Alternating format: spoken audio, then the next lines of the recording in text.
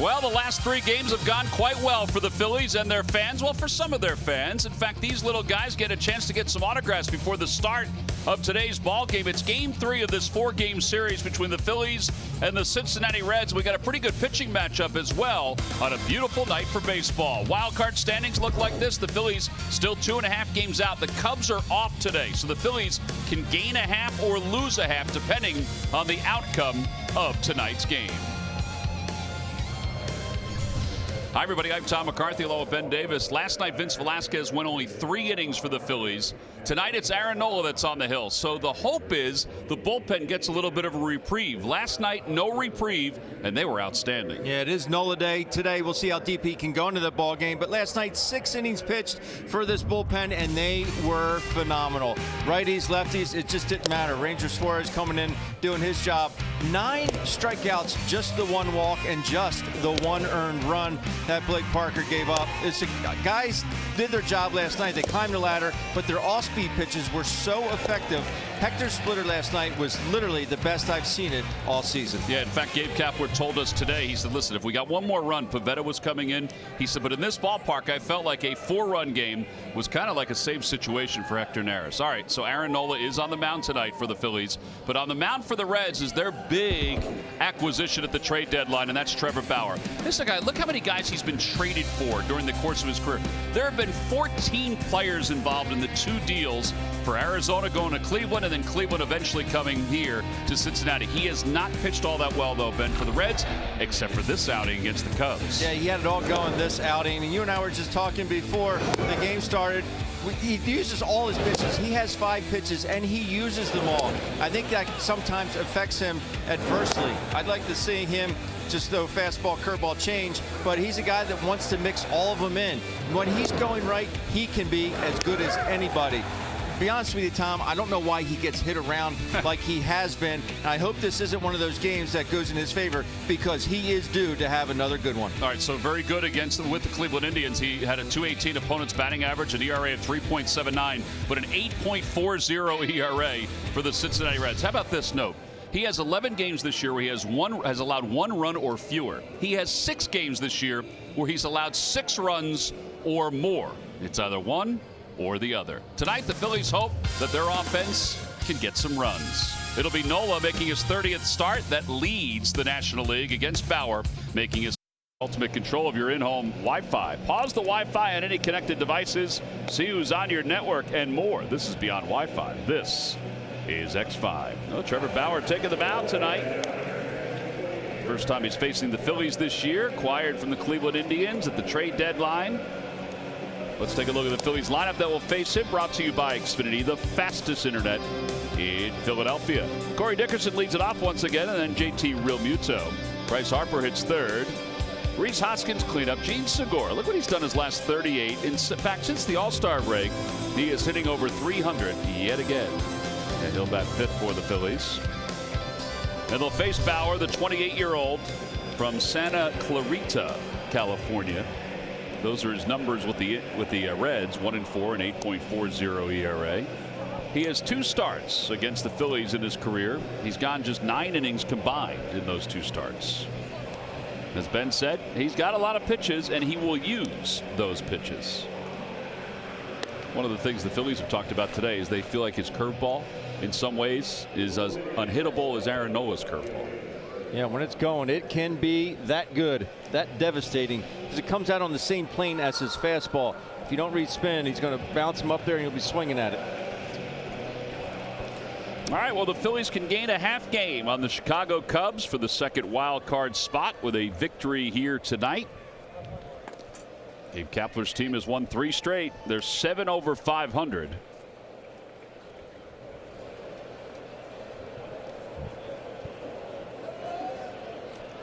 Two more here in Cincinnati, and then it's off to New York. Big 3-game series against the Mets this weekend. On a gorgeous night, our first pitch is in there. We're underway, and it's 0-1. Yeah, Bauer will throw mid-90s. In fact, he'll click it even higher than that. Third baseman Blandino is in on the grass just in case Dickerson decides to bunt. That got a piece of the home plate umpire Tom Woodring. 0-2. He just shook it off like it was nothing. Oh, second pitch of the game. I thought it hit his chest protector. No. Boy, he's playing that off nicely. He sure is. That thing could be broken. The 0-2 pitch. Popped up. Near third base, Blandino in fair territory.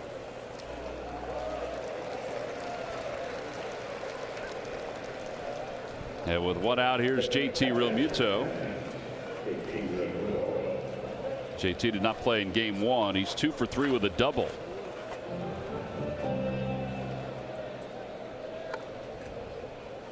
The first couple innings, I asked a couple of players, they said it was very difficult to see with this batter's eye. Yeah, Corey Dickerson said that as well, just because of the way the sun splashes off the batter's eye. Realmuto hits one in the air to left field. It's fairly deep. Irvin is going back, shading his eyes from the sun, makes the catch. 2 outs quickly here in the first. And now Bryce Harper.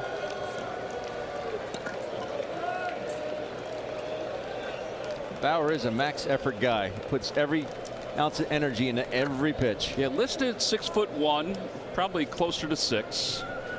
But good size, 205 pounds, in great shape.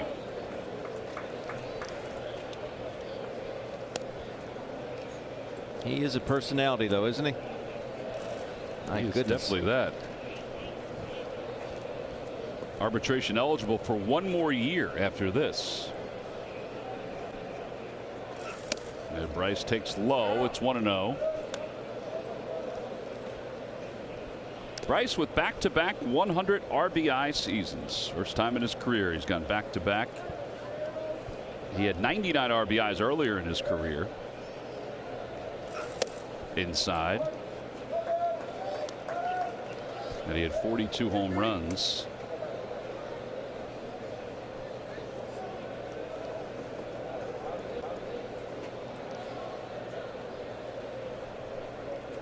Two and 0.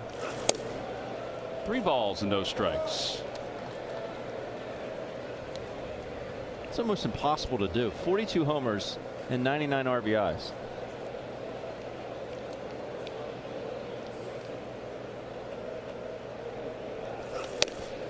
And ball 4, so Bryce draws a walk. So he is aboard. And here's Rhys Hoskins, who has 8 RBIs in his last 9 games.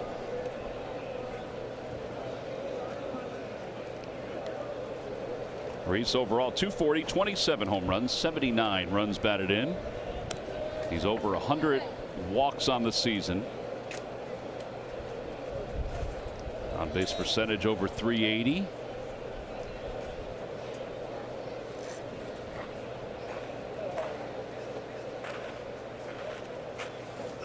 At a fastball at 94, and it's 0-1. With Cleveland, Bauer was 9-8 with an ERA of 3.79. He did that in 24 starts.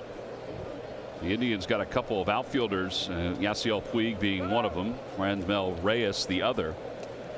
And the Bauer trade kind of wore out his welcome when he uncorked a baseball over the center field fence in Kansas City in his final start. Over to left side, Blandino has it, and they'll go the short way to second to get Harper.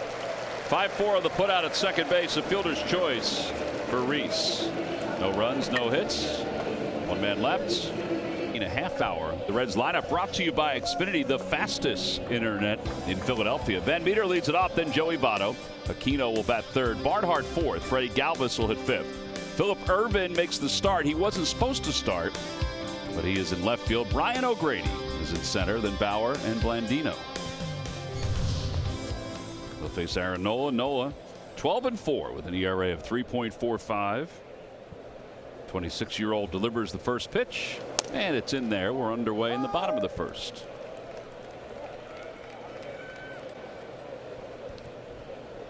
Aaron enters today's game with 194 strikeouts, trying to reach the 200 strikeout plateau for a second consecutive year.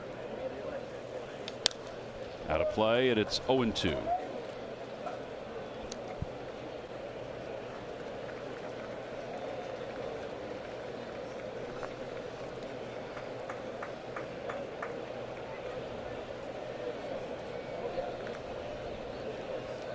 Van Meter is hitting .260 with 6 home runs and 19 runs batted in. He is 1 for 6 in this series with a walk.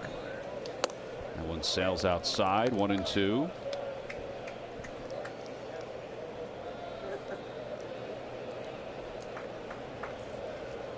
Phillies play him to pull on the right side.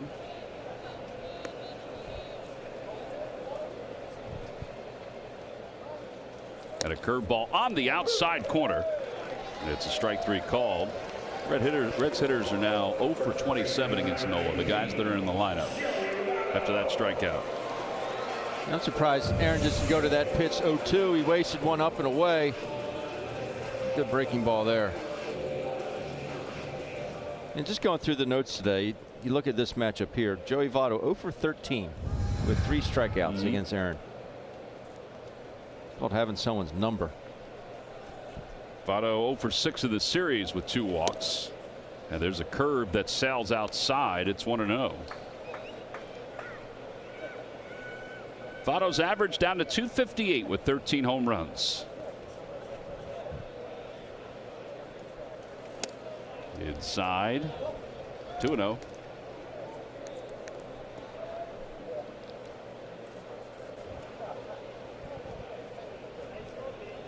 Aaron is 14th in the National League at earned run average. He's 7th in strikeouts. He's tied for 4th in innings pitched.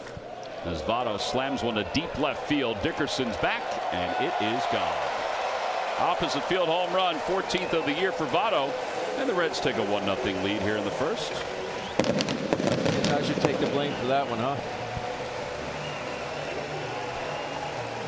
Well, he's a good hitter.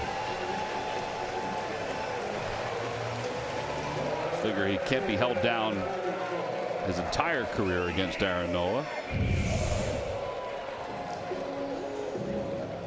A really good piece of hitting there. Pitch down and away. He knew it was gone.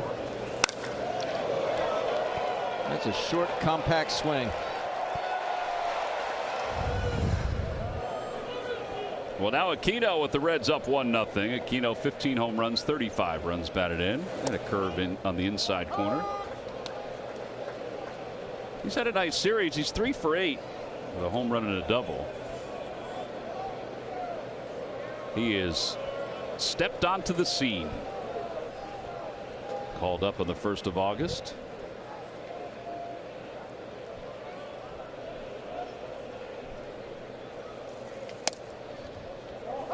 How about he was designated for assignment in the fall of last year and nobody picked him up?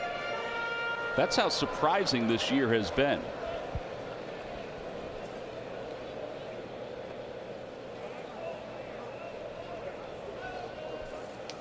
Swing and a miss. 2 outs, 2 strikeouts. Some guys just find it. And some a little later than others. Some a little later than others. It's a good firm fastball there. But you would think that there'd be something that somebody saw in him. Maybe they just saw him on one particular day and he had a great game. Man, I like this guy. He's certainly athletic. Yeah. Tucker Barnhart stands in. He's 2 for 4 in the series. And he swings at the curveball and spins it foul.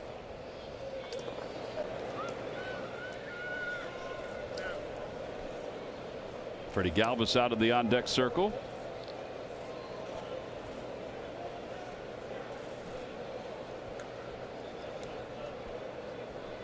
There's Freddie. Swing and a miss, and it's 0-2. Since the All-Star break, Aaron Nola's earned run average is 2.95. Shockingly, though, that's 15th among starters in the National League. Jack Flaherty leads the way. His ERA is 0.85. He's been unbelievable. He sure has. Just a bit outside, 1-2.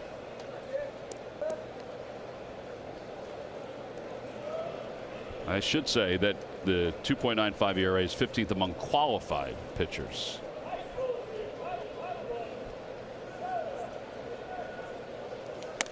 Two-seamer didn't run all the way back, and it's 2-2.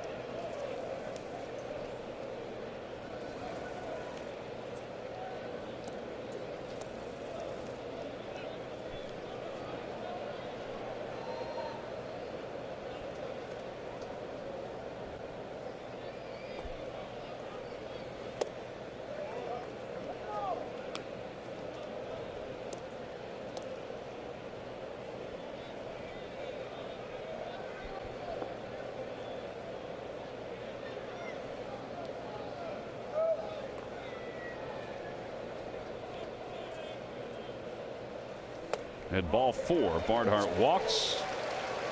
A base runner with 2 outs, and here's Freddie Galvis. Pretty good at bat there by Barnhart. 0 for 6 career against Nola with 3 punch outs. He's down 0-2 and ends up with a walk.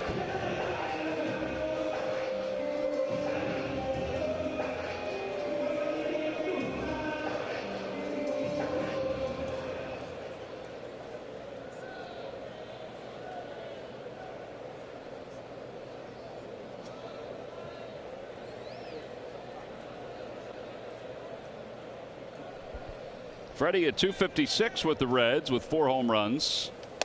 And it's 0-1. He had 18 home runs against or with the Blue Jays this year.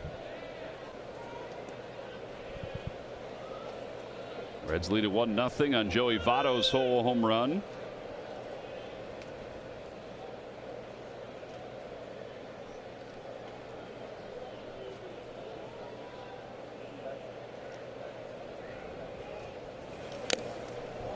Oh, 2. What do you think about Freddie's hands moving the way they move?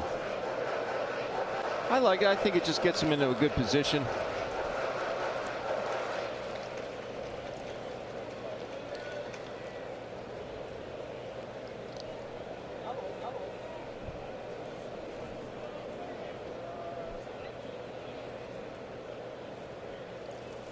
He tried to hold up. Did he go? Yes, he did, says Marvin Hudson. 3 strikeouts in the inning for Nola. But the Reds take the lead on a solo home run by Joey Votto the opposite way. We'll head to the second. It's 1-0 Cincinnati. NBC 10.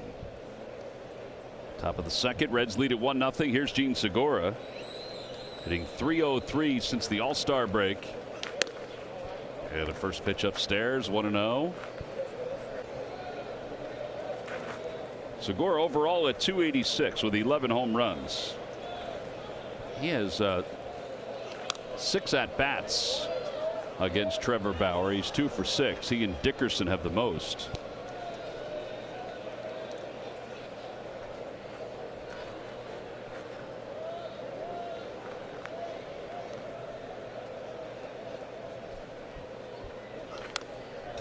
One and 2. He's not Roy Oswalt, but his motion before he releases the baseball is a lot like Oswalt's was. You know, real quick, tight leg kick up.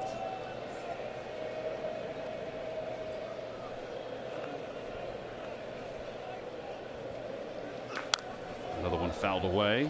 And pretty much the same stuff. I think Roy may have had better command of his pitches. But it's everything coming at you. But they have that good hard fastball and the really good curveball.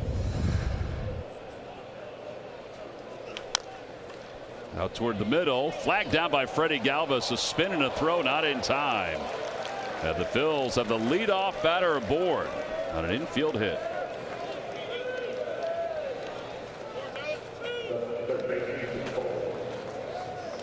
Scott Kingery coming up last night, and we've used his home runs in our Giant home run replay. Last night was a pretty cool one, though. Yeah, right down the line. Off Peralta. Ball gets out in a hurry. And a couple opposite field home runs in this series. It's your home run replay brought to you by Giant.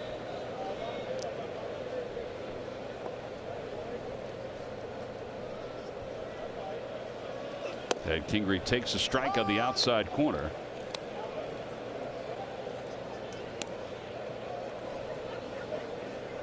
You've heard me tell the story about Oswalt before, but maybe those listening at home, I struck out 3 times on 9 pitches against Roy Oswalt. Wow. In a game down in Houston. It was not a particularly fun day for me. Fouled off. Did you ever have any hits against him? I don't believe so. He was nasty. That fastball, but the curveball is, told you, wasn't very good on pitches with depth. That curveball, he could have told me, hey, I'm throwing the curveball now. I would not have hit it. It's nasty.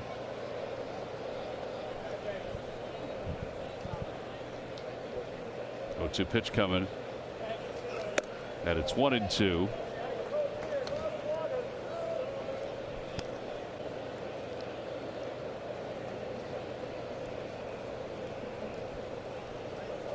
It's got his red shirt underneath it, but it's got his silhouette.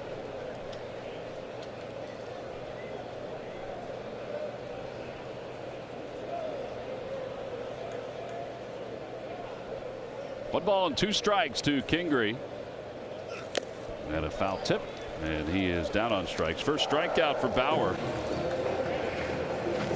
Trevor Bauer does some very quirky things in preparation for his starts. Now this, he said, gets not only his arm ready, but he said he feels like he gets his whole upper body ready. All these little maneuvers that he does with a weighted stick. And then he long tosses. Nobody long tosses before a start. Not like this.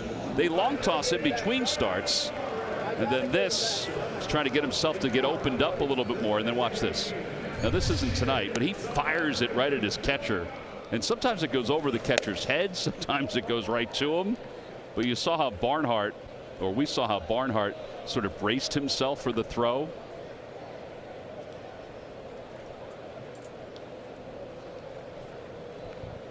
Yeah, he's quirky. He's quirky. He's working on short rest, which he has said, and he's only done it 4 times in his career. And really with not a whole lot of success. He said, I consider this normal rest for me. He said, if I could draw it up personally, this is how I'd pitch every time. Now, he said that back in 2017, sitting up at the podium next to Terry Francona, getting set for the postseason.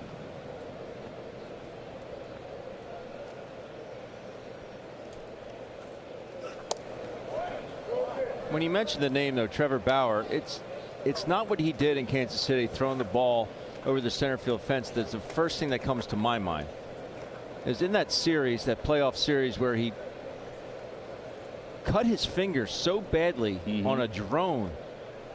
He likes to fly his drone. He cut his finger on it. I remember him taking the ball in one of those games, and he eventually had to come out of that ball game because they had the camera on it. It was dripping blood like you wouldn't believe. It's just gushing, and he had to come out of the ball game. 2-2.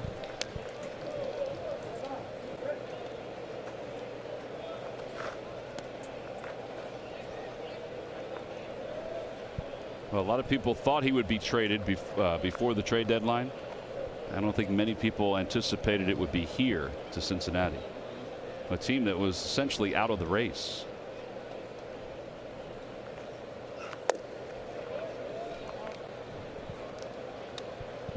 Cesar has the count full, 3-2.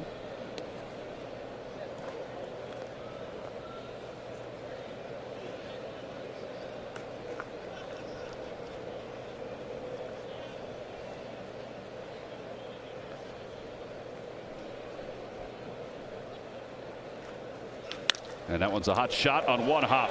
Flagged down by Van Meter. They turn the double play. 4-6-3. Well, not only was that a great play by Van Meter, but his throw to Freddie Galvis really set that double play up.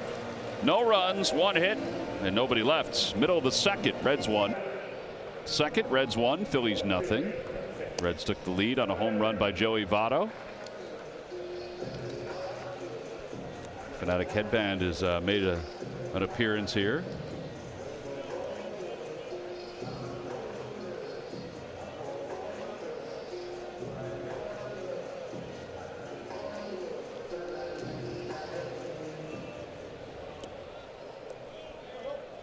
Phillip Ervin will lead it off. It'll be Ervin, O'Grady, and then Bauer. Ervin hitting .310 since the All-Star break. His numbers are drastically different, though, against lefties compared to righties.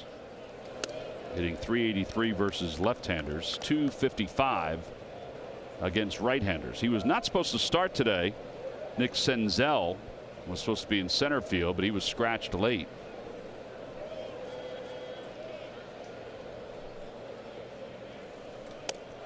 Outside, 2-0.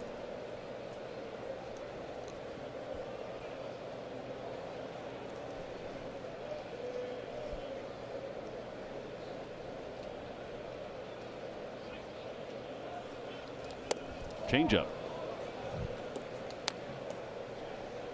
I think that may have surprised Ervin. 2-0.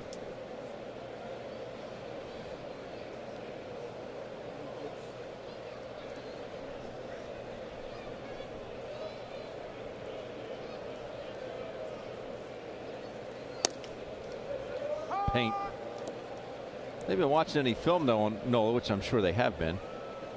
Known the last couple starts, he's been prone to throw a lot of off-speed pitches behind in counts. And against right-handers too. 3-1 curveballs. Now it's 3-2. He throws another changeup. Aaron dictates a lot of the game plan just because he's so well studied. In fact, you have Aaron and JT. You throw in Andrew Knapp. I mean, all three are workhorses when it comes to preparation.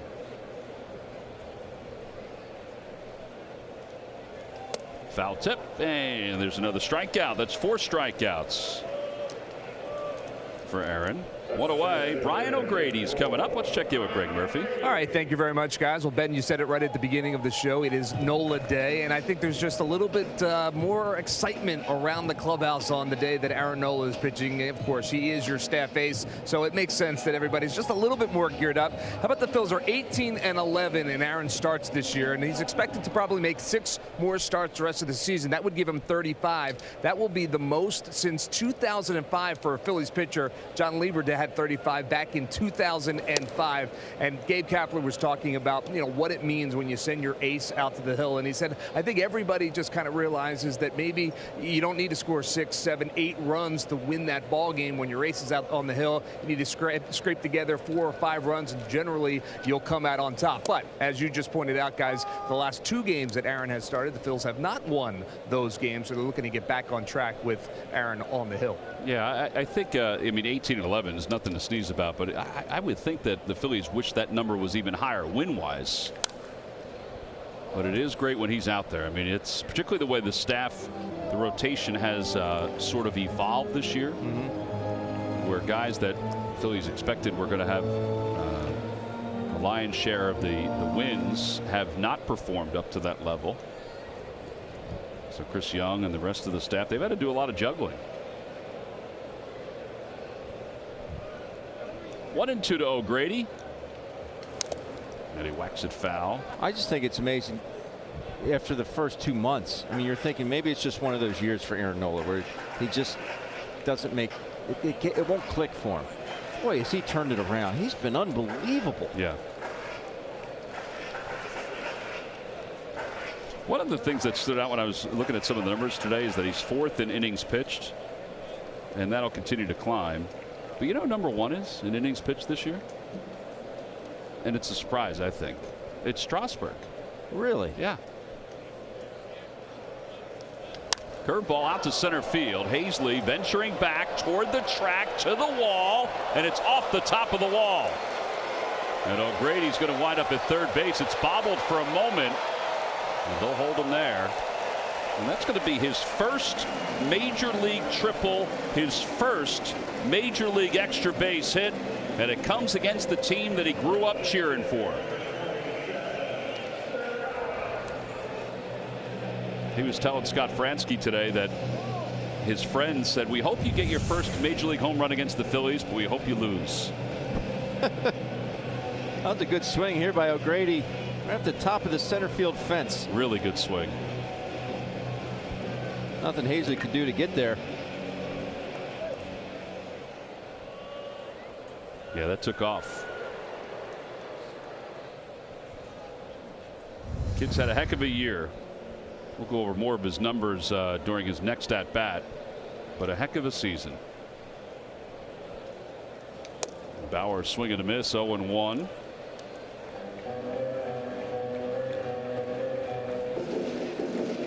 It's where you have to get a strikeout.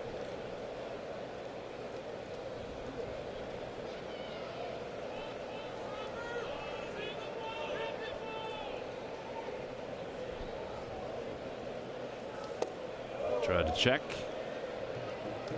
Did not go. 1-1.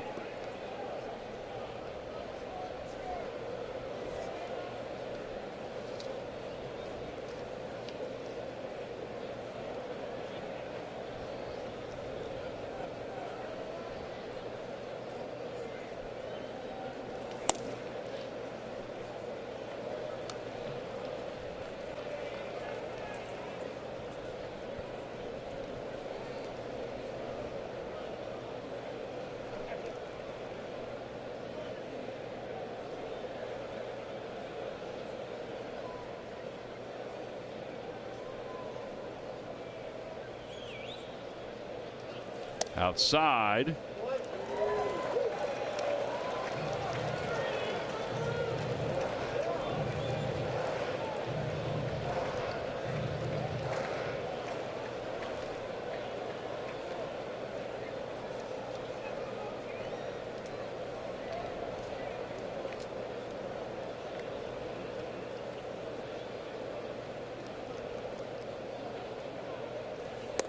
And ball 4. He just walked Trevor Bauer.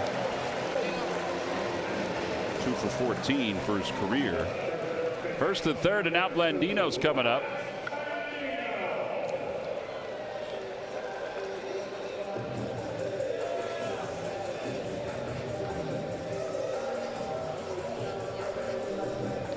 Blandino hitting .247 down to AAA with 5 home runs.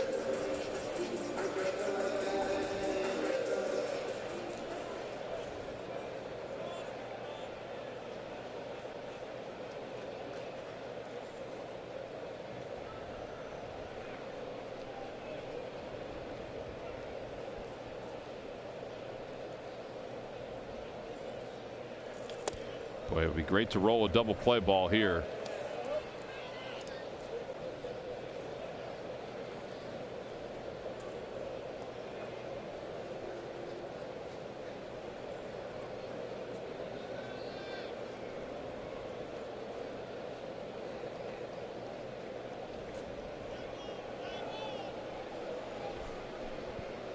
One ball, no strikes. Curveball waved at 1-1.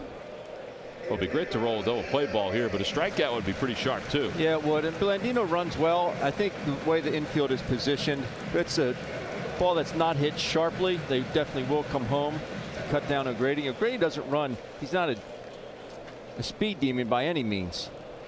But if this ball is struck sharply, I still think they might have enough time up the middle. Off the hands, he tried to sneak a fastball by him, and it remains 1-2.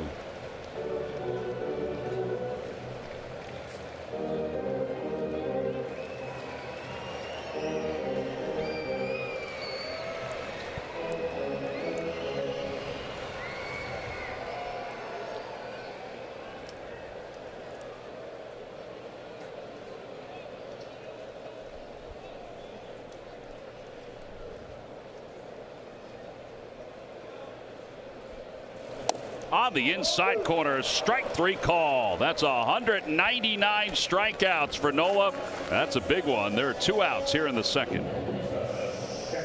Sure is a big one. There's a changeup, and Real Muto is set up inside.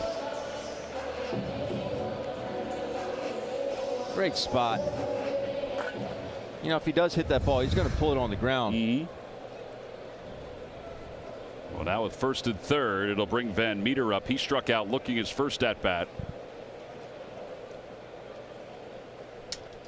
Reds lead at 1-0 on a Joey Votto home run.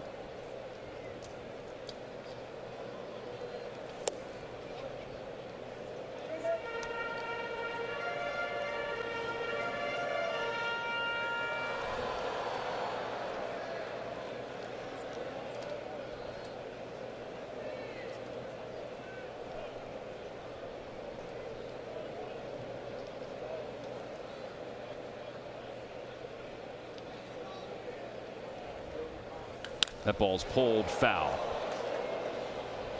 And it's 1-1. You got a helmet on tonight, Tom? Ball boy has a helmet on. It's a different ball boy. A smarter one.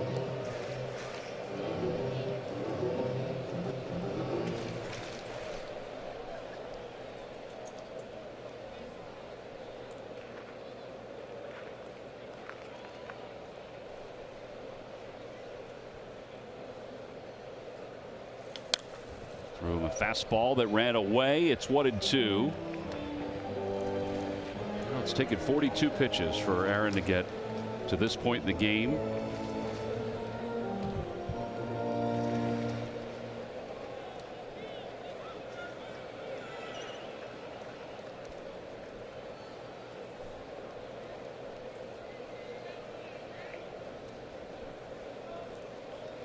Get it in there. That one's hit sharply into right center field, a base hit. O'Grady will score. Going to third is Bauer. An RBI single for Van Meter, and it's 2-0. Reds on top. Aaron just not able to execute this pitch. Not only is it more middle of the plate, but it's elevated as well. He tried that front hip two-seamer. It just never gets there. Now this ball runs back, and it's just up right in the middle. Van Meter does exactly what he should do with it.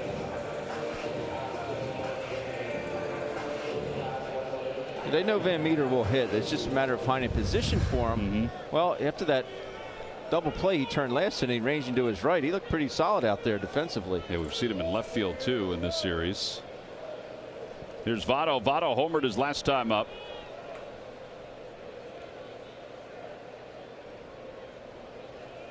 At a curve, and it's 0-1.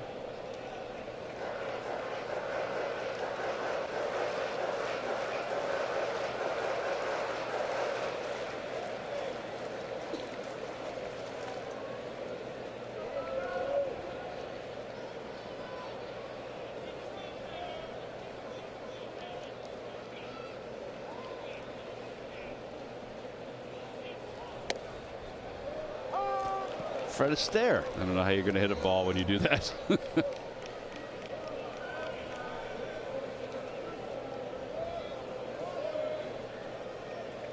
think opening day here, was it 4 or 5 years ago, was the worst I'd ever seen with him doing that.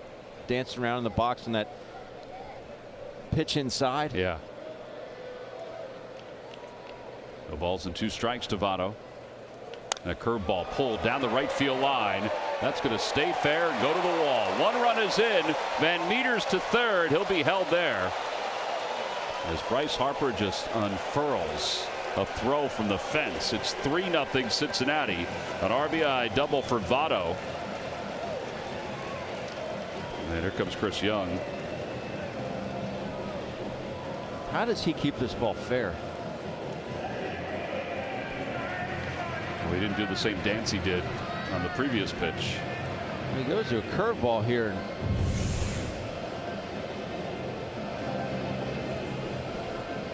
What a short swing. I mean, that ball's in off the plate, and he keeps it fair by plenty.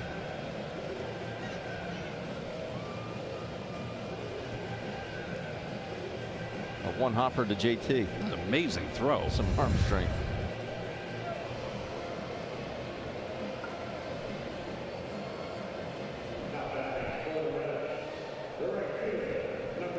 Well, Cole Irvin is starting to loosen for the Phils.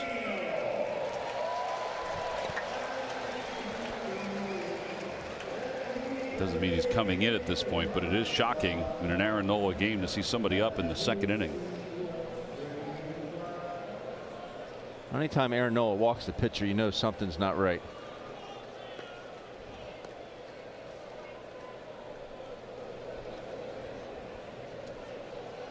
Keno struck out in his first at bat. Curveball hit over the bag down the left field line. It's a fair ball. 2 runs will score, and on his way to second base, Aquino. It'll be a 2-run double It was probably the softest ball that's been hit tonight. But it's 5-0 in favor of the Reds. I'm hoping his ball is going to go foul, but he keeps it fair right over that third base bag. Man alive, did not see this coming.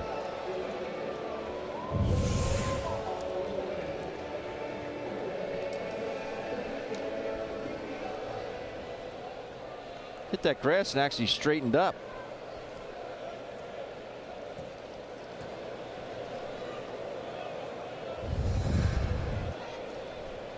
Barnhart walked his first time up.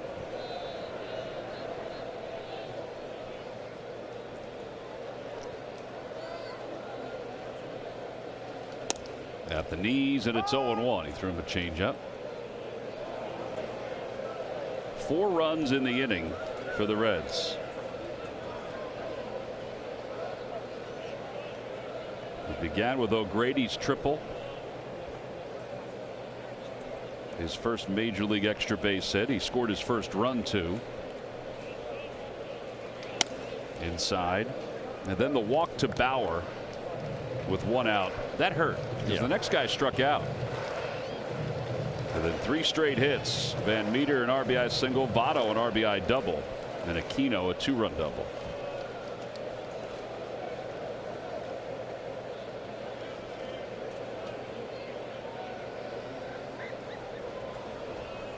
Ball, 1 strike.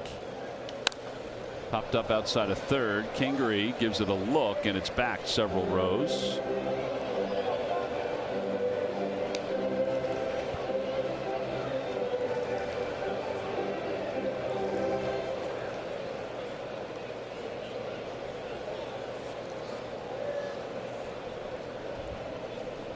Very un-Aaron-like.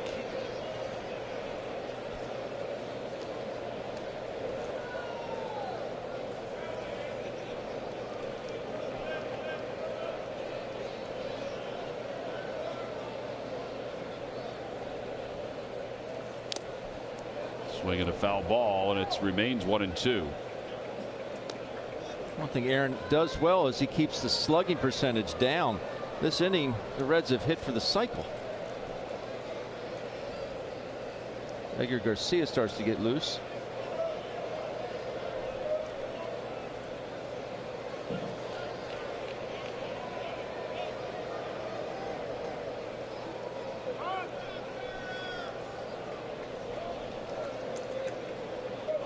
Yeah, Nola was 12th in the National League in opponents' slugging percentage.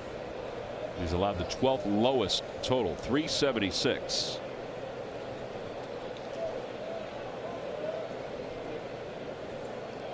One and 2. Back toward the middle, right at Segura, who was shaded toward the middle. And that'll wrap up the second inning, but 8 men come to the plate in the inning for the Reds. They score 4 runs. They'll take a 5-0 lead into the third when we come back. He's outstanding athletic trainer Chris Mudd, his 2 boys. You think they have different hats on them just to tell them apart? I'm sure that their folks know the difference.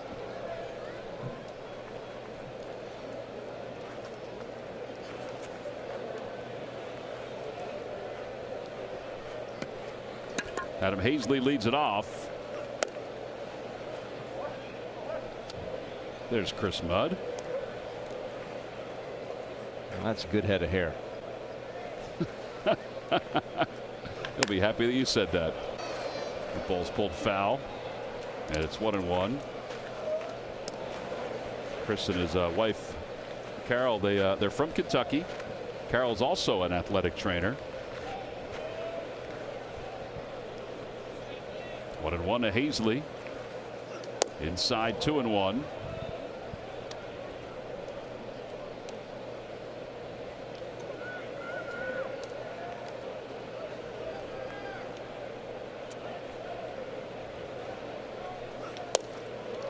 Three balls, 1 strike.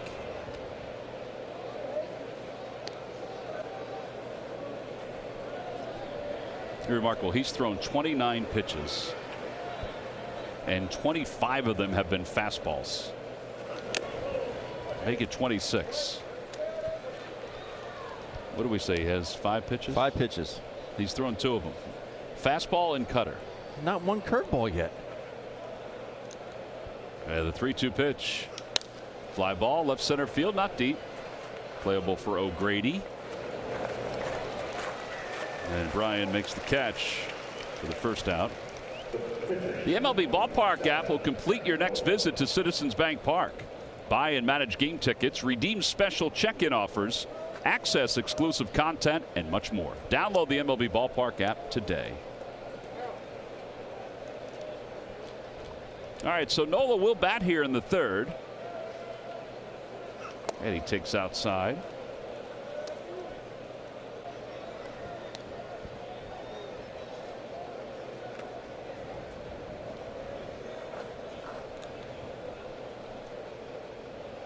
And a line drive base hit it to left center field.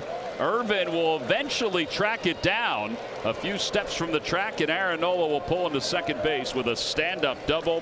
The second hit for the Phillies, his second double. He's been red hot at the plate. You ain't kidding. His last start, he had a double to right center field gap off Zach Wheeler.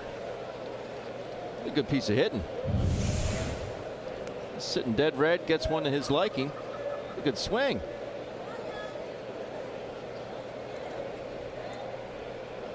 Still has to feel better than striking someone out. Has to. Struck out 199 this year. It becomes old hat for him. That's right. Corey Dickerson popped out to 3rd, his first at bat. Corey's numbers here against the Reds. He's hitting .403 at this ballpark. It's not the highest at a visiting ballpark. He has a .417 average at Minute Maid.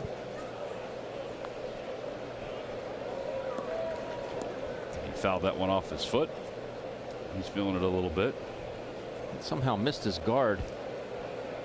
You know, we've been talking about his hand, how sometimes he seems like he hurts his hand. It's not his hand. It's his elbow.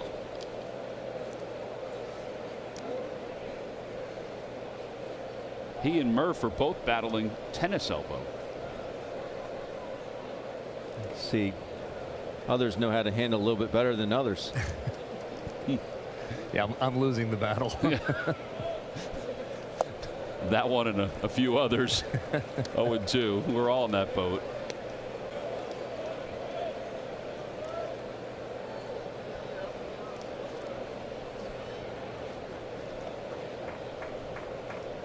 Nola leads off second.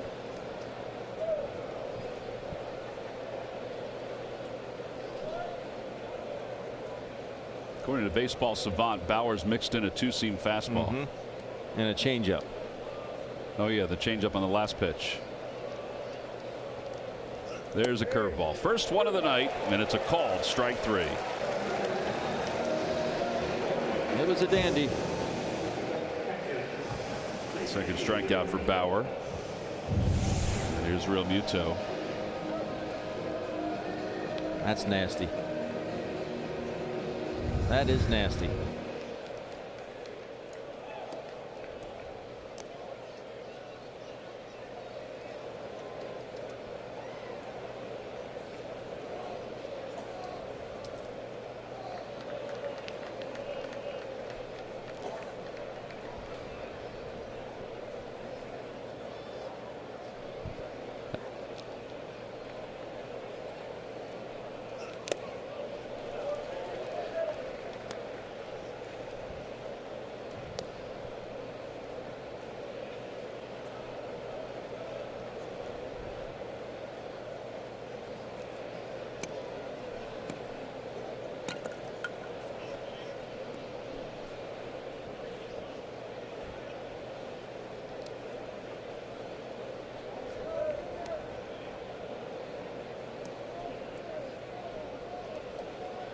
Even if the Phillies can get one back here,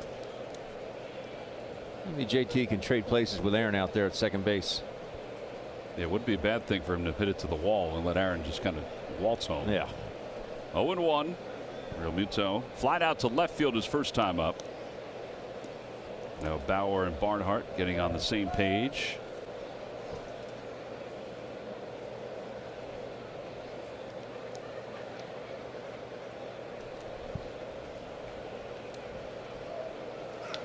Outside, 1-1.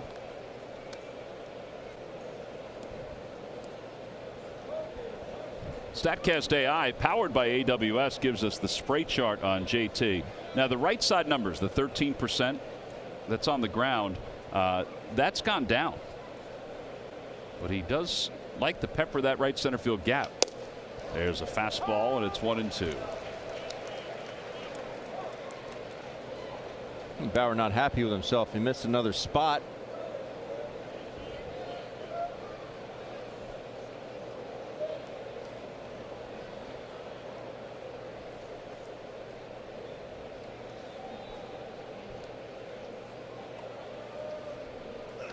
Swing and a miss at a high pitch, high fastball. 3 strikeouts for Bauer.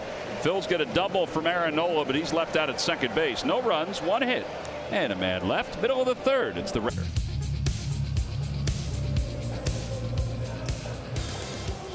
5-0 Reds as we go to the bottom of the third. It'll be Freddie Galvis, Phillip Ervin, Brian O'Grady against Aaron Nola. Aaron is just now getting out to the mound. Yeah, he was on second base, so he has as much time as he needs to get back out and start to warm up.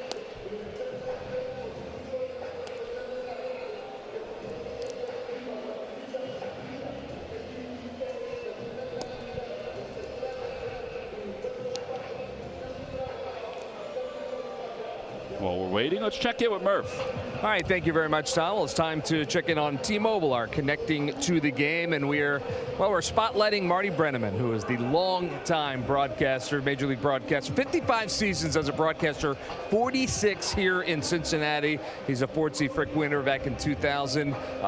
It's just an absolute outstanding career, and he is calling it quits after the end of this season. They're actually in Cincinnati right now having the month of Marty, and they're just kind of honoring him throughout the month of September. We've seen some of his great calls up on the big screen throughout this series. At one point, his son Tom, who is the TV play-by-play guy for the Cincinnati Reds, he and Marty are going to get together and do a game together before it's all said and done on the radio. And after close to 7,000 games broadcasted, he said, you know what, it's enough. I'm ready to retire. I'm ready to retire. And there you see him back there. So Marty Brennaman, we salute him.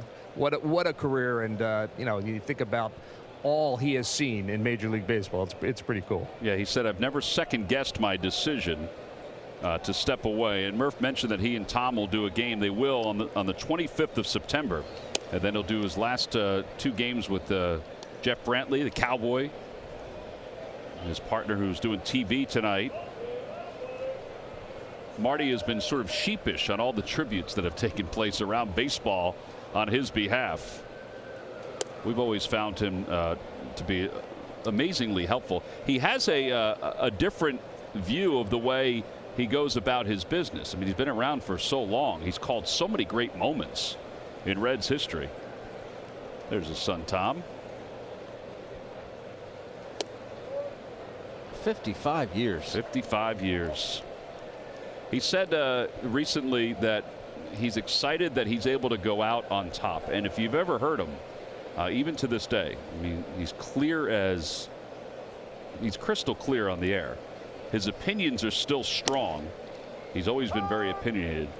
He said that he talked to Vin Scully a lot in Vin's last couple of years, and you know, they talked about going out while you're still on top and feeling strong, and that's exactly how Marty feels.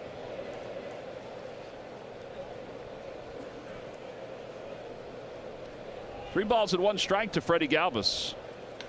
And he lines one to right field. Going back on it is Harper, and it sinks. And Bryce makes the grab. 1 out here in the third. And here's Phillip Ervin. So how many more years till you reach 55? Years old? 4. 55 years in the booth. It'll be 36 more years. Oh my goodness. Yeah, think about that. That's crazy. Yeah, think about that. Wow. That's quite a run. Urban struck out his first at bat. One of 5 strikeouts tonight for Aaron. 0-1.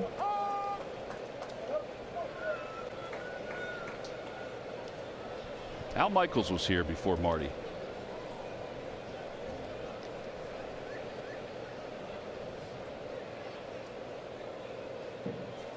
Another strike. 0-2.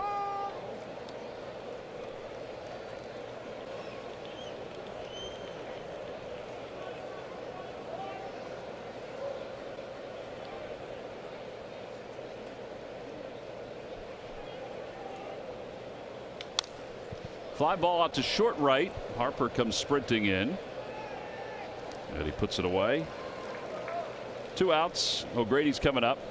Well, now it's your turn to live out your dream of being part of the Phillies at Phillies Fantasy Camp, January 22nd to the 26th of next year. Join folks like the Bull, Jim Eisenreich, Milt Thompson, Jim Thome, Larry Boa, Mickey Morandini, John Kruk, Matt Stairs, and more. For more information, go to PhilliesFantasyCamp.com. How about that? Jim Thome's going to be there. That's awesome.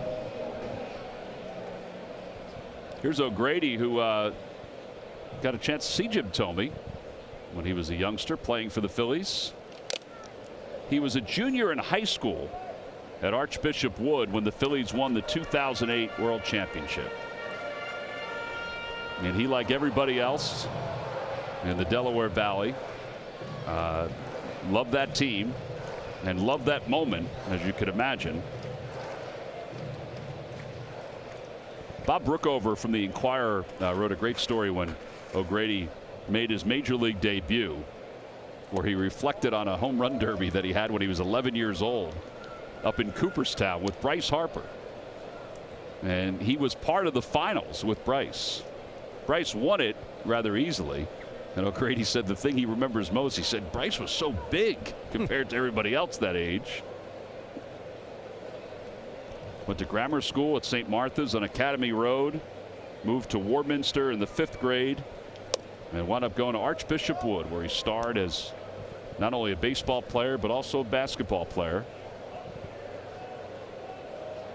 He went on to play at Rutgers University.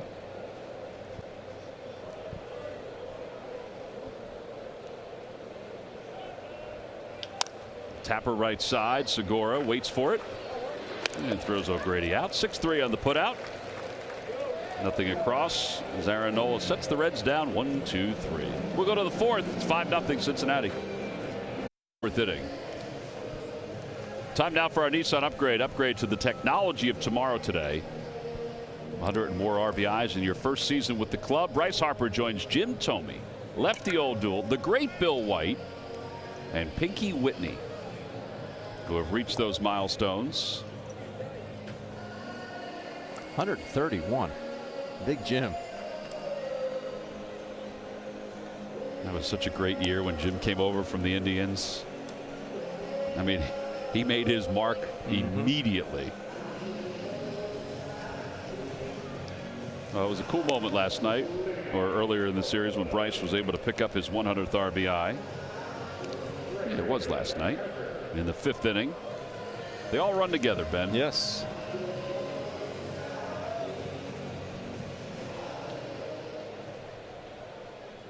Can we get something going this inning?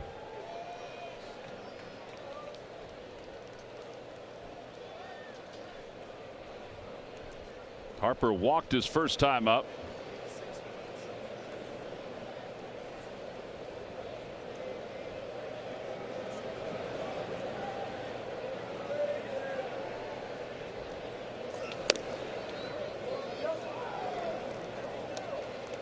They made a concerted effort to try and pound Bryce inside in his first at bat. Ended up walking. See how they attack him in the second at bat. 2-0.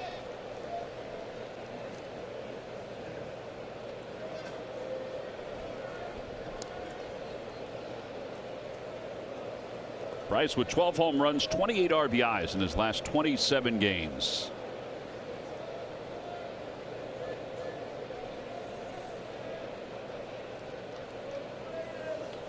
And it's 2-1.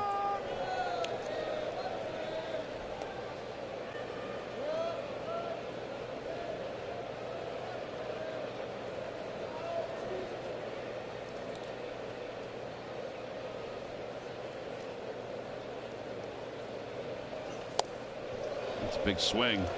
Back-to-back changeups.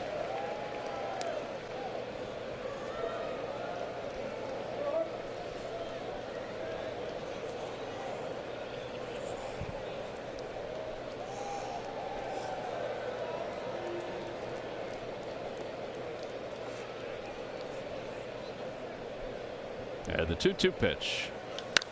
He serves it down the left field line, trying to stay alive. And it's out of play.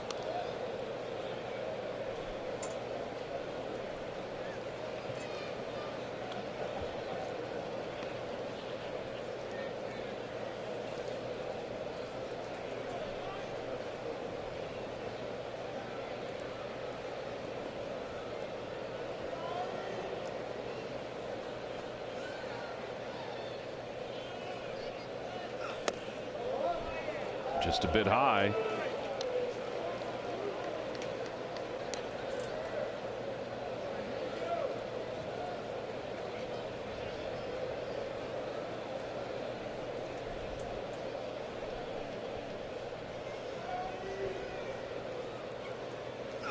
And ball 4. Bryce walks for the second time.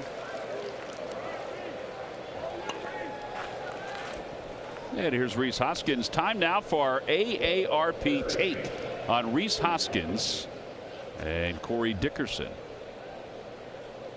Last 11 games for Corey, 364 with 12 RBIs. Rhys last 7 games, he has 6 runs batted in.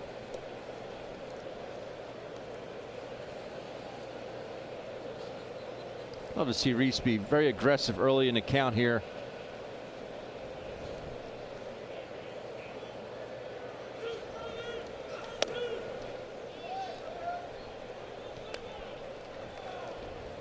And that at bat to Harper, it was just, let me rear back and throw it as hard as I possibly can. Yeah. Challenging him and trying to challenge him up in the zone, too. 1-0. Outside 2-0.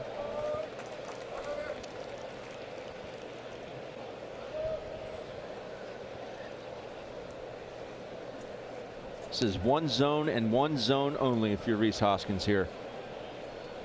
It's got to be exactly where you want it. I mean, walk the leadoff guy. 2-0 count here.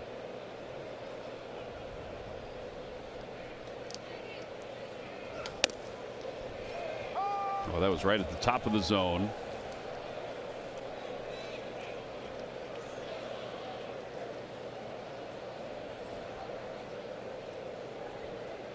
He's up to 50 pitches.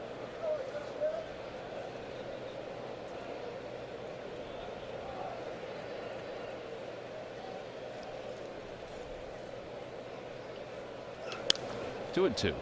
Foul to our right.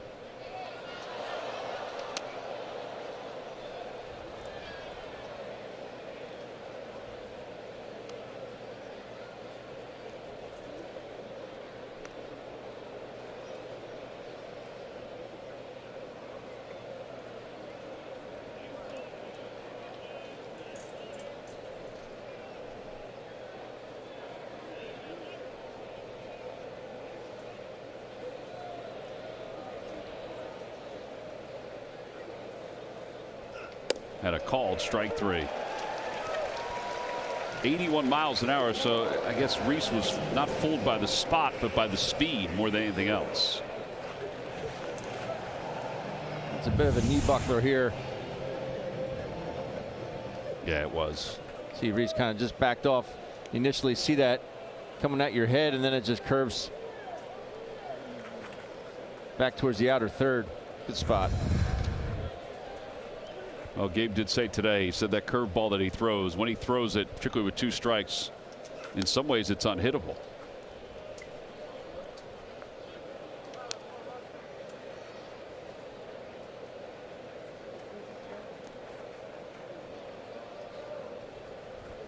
Oh, and 1.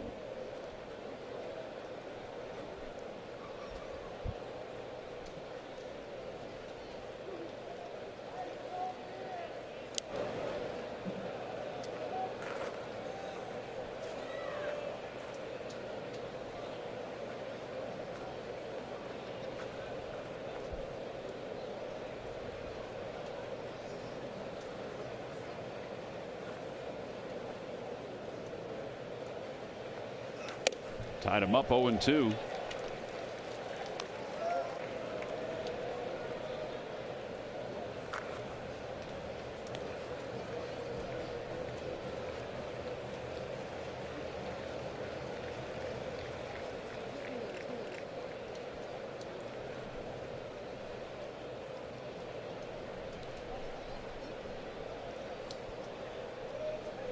There comes the 0-2 pitch. Inside and high, 1-2.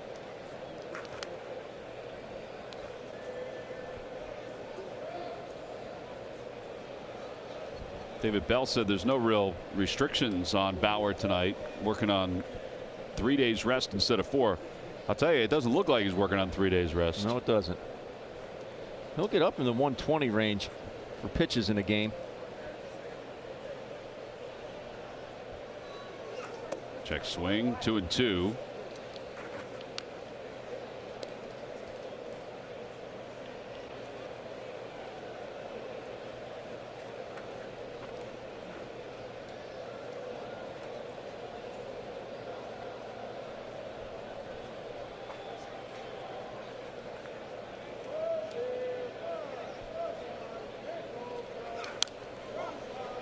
That one's heading toward the radio booth. It's pretty close to it. I don't know if Kevin would have been able to catch it. He's moving a little slow today. Is that right? Yeah. Jet lag? Golf lag. Golf lag. Uh-oh. Sure, Jamison Hall would have caught it. I'm sure he would have, unless that's who it was going toward.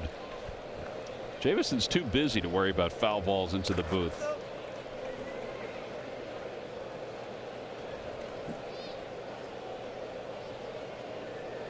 Scott's always been a Fiji water guy. Gotta stay hydrated, Tom. 3-2 with Harper at first base. Phillies down 5-0 here in the 4th. And Segura's fouling some pitches off. That hit Tom Woodring again. I think it did. I'm wondering if he's got a bruise on his left arm from the foul ball he took in the first inning. A little red.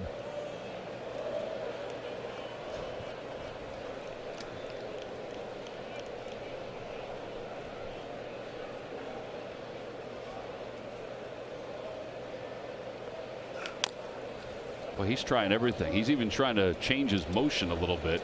His little leg kick. Yeah, Barnhart put a 5 down there. It looked like he was a little cutter.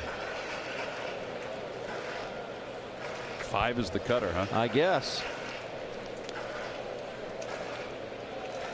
Pitchcast has 6 different pitches that he's thrown tonight.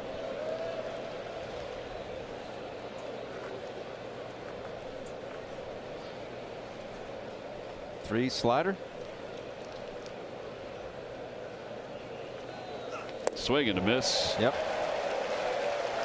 Cutters at 89, sliders at 82. So he has struck out 2 in this inning. He has 5 overall. See Gene reaching for that pitch. Late breaker.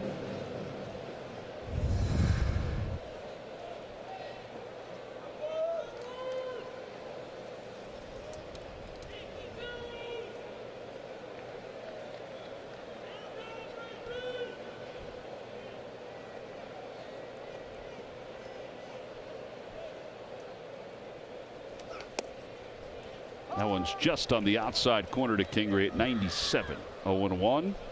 Scotty tonight is 0 for 1. He struck out in his first at bat.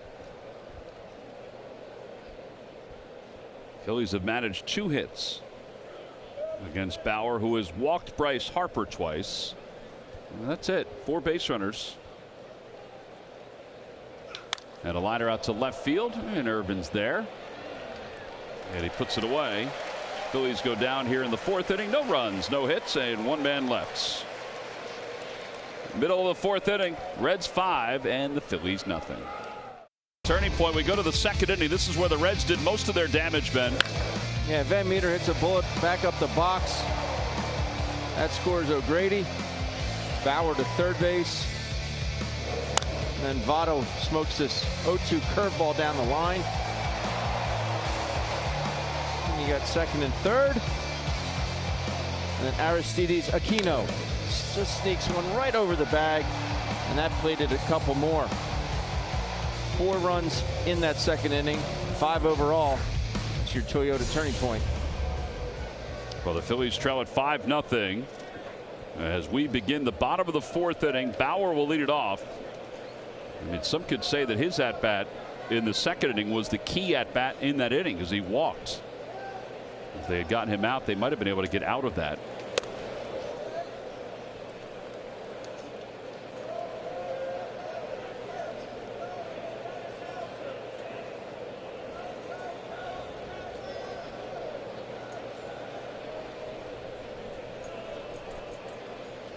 Oh, 0-1 to Bauer. 1-1. Curveball just a little low.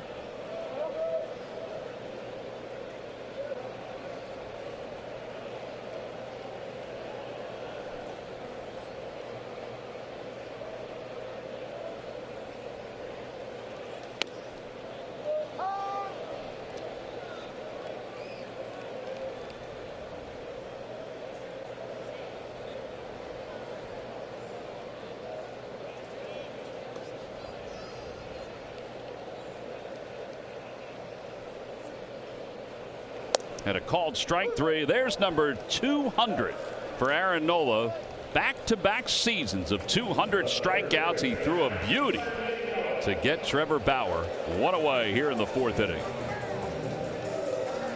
Second consecutive season with 200 or more strikeouts. The youngest Philly to have multiple 200 strikeout seasons.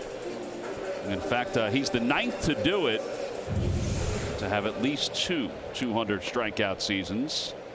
That's a beautiful pitch. I don't care if it's a pitcher that's up.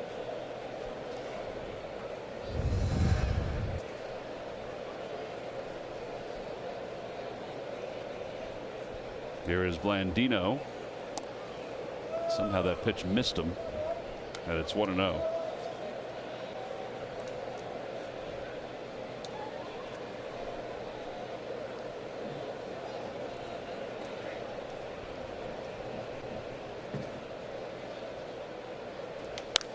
Popped up outside of first. Hoskins over and out of room as he jumps up on the tarp.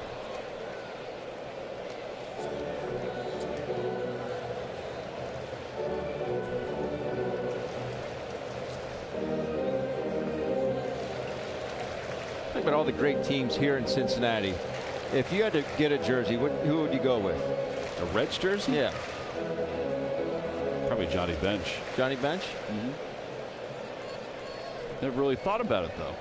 Well, I'm just saying, you know, you just go, each city we go to, I like to think of all the great players that played there. Yeah. And there were a ton of them here. 2-1. Johnny Bench. Who would you get? Dave Concepcion? Probably, because he wore 13. There's Johnny wearing number 5.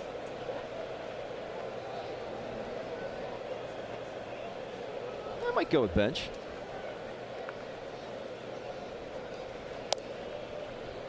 Three balls and 1 strike. Joe Morgan.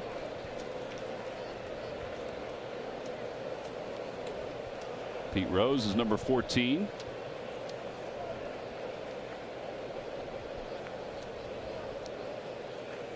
Ball 4. Blandino walks.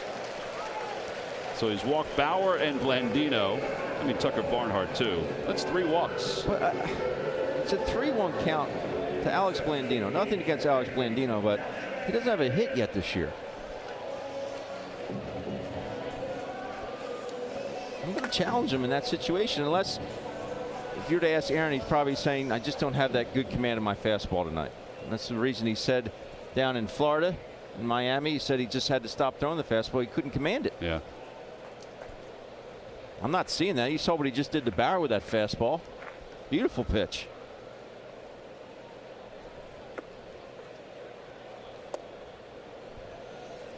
He delivers a changeup low, and it's 1 ball and no strikes to Van Meter, who is 1 for 2. Singleton scored, drove in a run his last time up.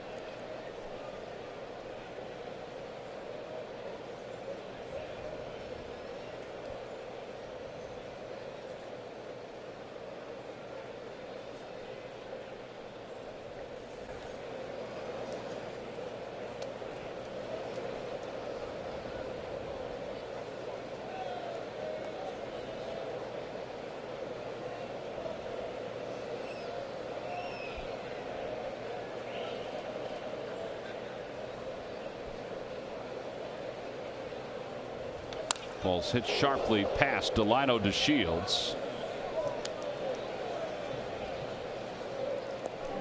And it's 1-1. Delino was very quick on the base paths. He was very quick in the box there. What about Delino's 90? Would you get that one? No. Okay.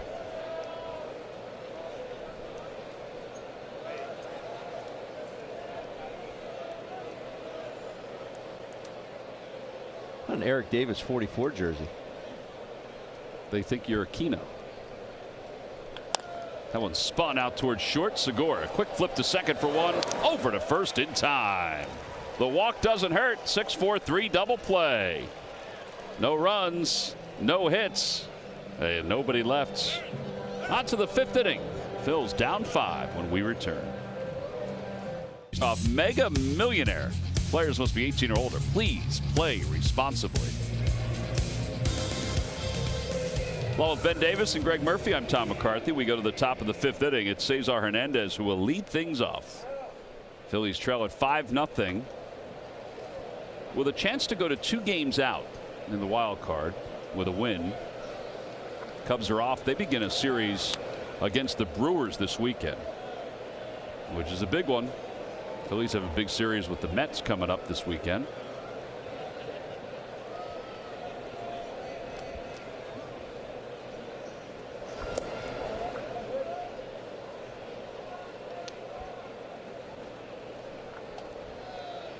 Cesar hit into a double play in his first at bat.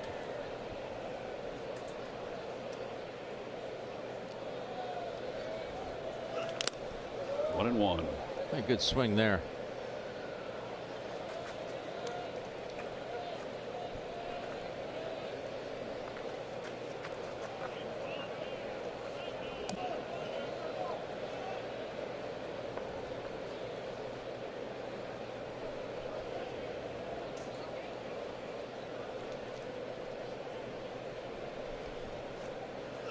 Inside and low.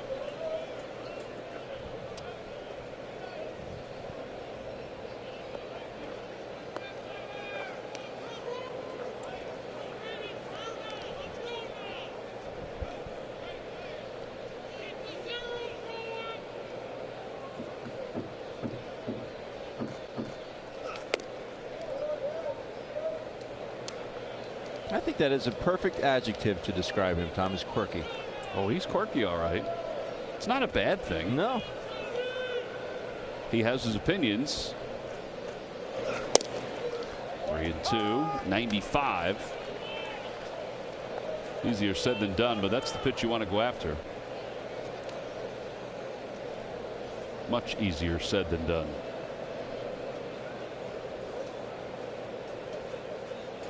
And a line drive to right field, a base hit for Cesar, going to the wall. It kicks around a little bit, and Cesar will get to second base. He's there standing. A leadoff double here in the 5th inning. Well, he took the 3-1 pitch thinking, you know what, if I get it 3-1, I'm going to get it 3-2. By golly, he did. Throwing that ball away, it's got a dent in it. Ball was cooked. 28 doubles now for Cesar. A short swing.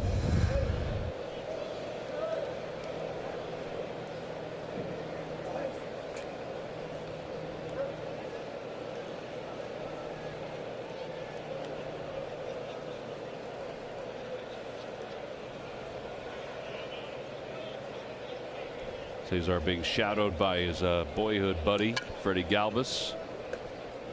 They not only grew up together in Venezuela, they grew up together in the Phillies farm system.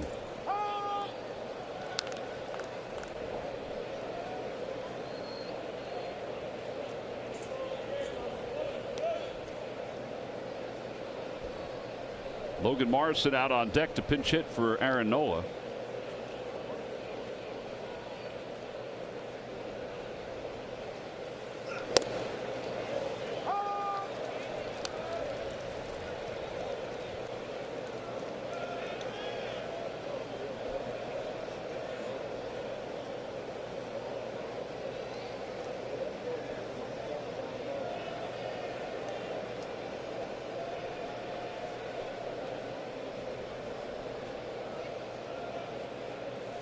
Curveball waved at. 1 out, 6 strikeouts. And here is Logan Morrison. I know you have scouting reports, and most of the time you're going to stick to them. But if I had a pitcher with this pitch, I think I would get off the page more often than not and start calling that a little bit more. That is nasty.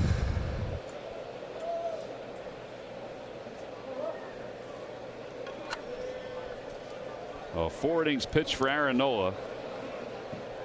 The last time he didn't get out of the 5th inning was back on June 15th in Atlanta when he went 4 1/3.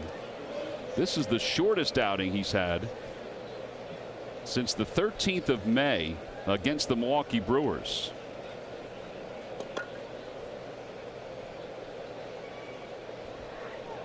So he's trying to get a run here. As Morrison out front hits it foul. 0-1.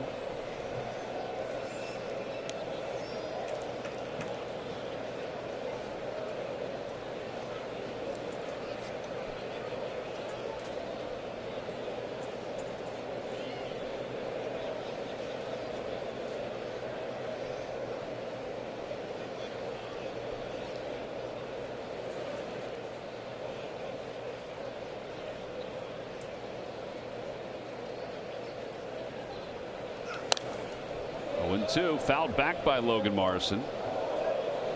Right into the press box. Anybody have a chance for it? There's Jamie, one of the PR assistants for the Reds. I think the computer took the brunt of it. Yeah. It's not going to help on the floor, Jamie.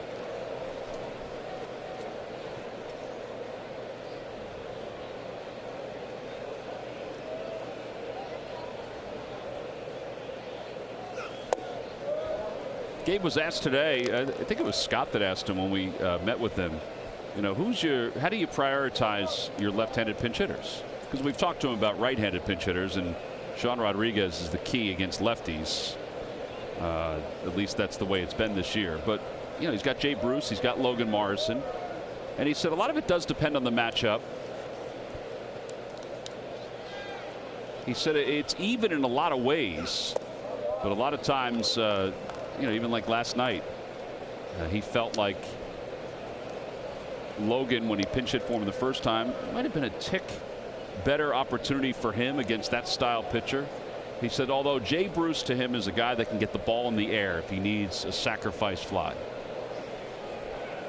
Well, this situation right here, Logan Morrison 6 for 20 off Bauer. Right. 2 doubles and a home run. Yeah, and so those matchups, I mean, 20 is significant. Yes. 2-2. And a high fly ball to deep right field. It is gone. Long gone for Logan Morrison. And the Phillies are on the board. It's now a 5-2 game. Thus the pinch hitting here in the 5th. Even for this ballpark, that was a long one. Sure was, and give him credit. There's a couple curveballs that I thought were really good curveballs. He spit on them, then gets a fastball at 94.8 miles per hour and barrels it. I mean, barrels it. That's a big one. Hey, look, we're pitch cast. Not a terrible spot, but he cleared his hips. Free and easy. Yeah, right into the bow tie bar. Logan Morrison with a pinch hit home run has given the Phils a little life here in this inning. As that ball's fouled back by Dickerson. 7 for 21 now against Bauer.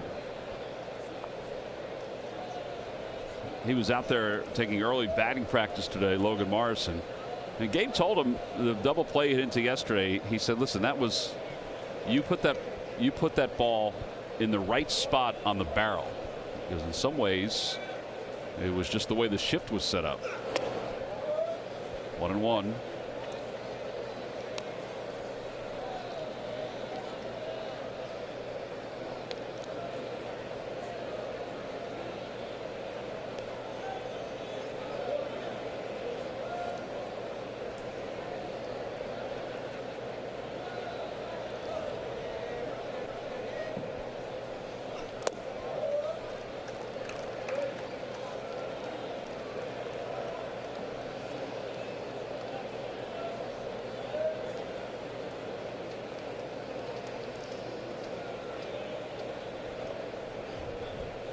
To 80 pitches.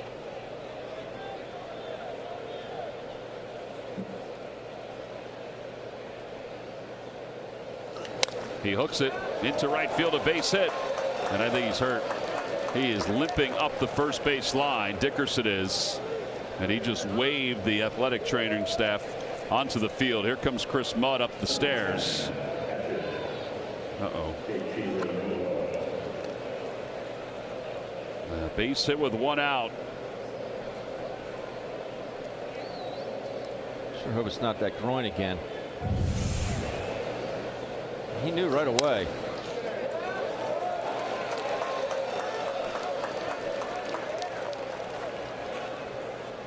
He's pointing down toward his foot. Is that where he fouled that ball in his last at bat? His first at bat of the game, I believe. Was it the first at bat? That's going to be it for him. Oh, man.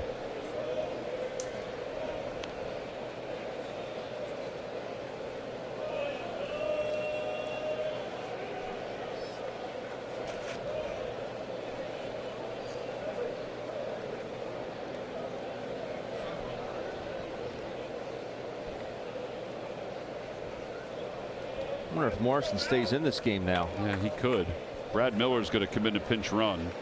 So Miller will probably stay in, play third. They'll move Kingery to the outfield to center and Hazley to left field. Most likely.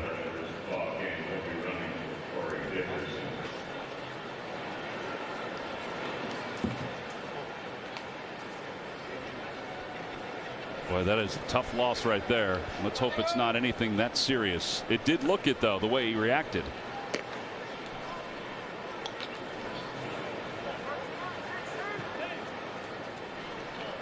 All right, so Miller on the pinch run, and here's JT Realmuto. He's 0 for 2. He's fly to left, and he is struck out.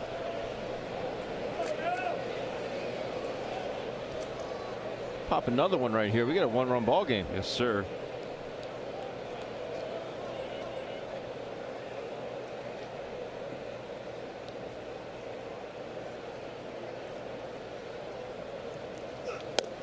Oh, 1-1.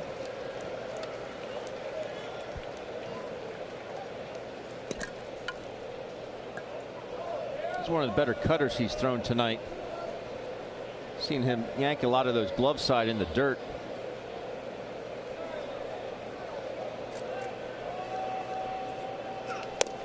Oh, 0-2 again.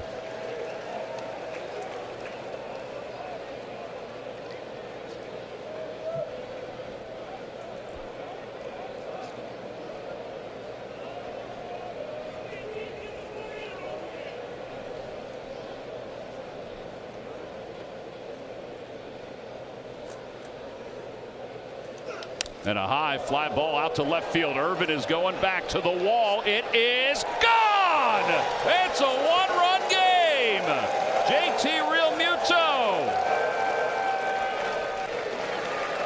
A two-run home run. It's the second one of the inning. It's 5-4. Went back to the well one more time and hung it.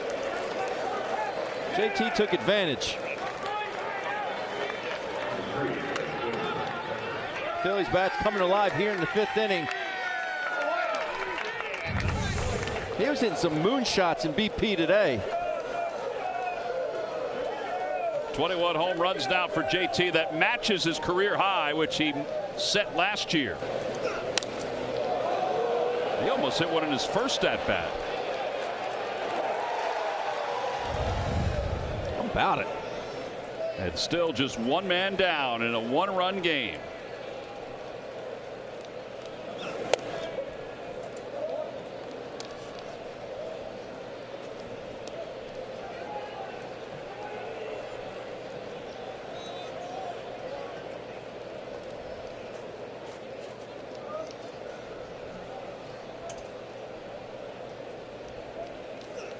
That one drops in, and it's 1 ball and 1 strike to Bryce. Bryce has walked twice today.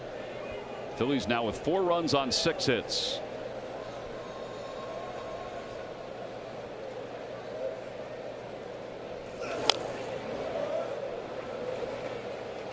They now have 14 extra base hits in this 3-game series, with JT picking up home run number 21, RBIs 73 and 74. The 74 RBIs also matches career high set last year, as Robert Stevenson starts to loosen up.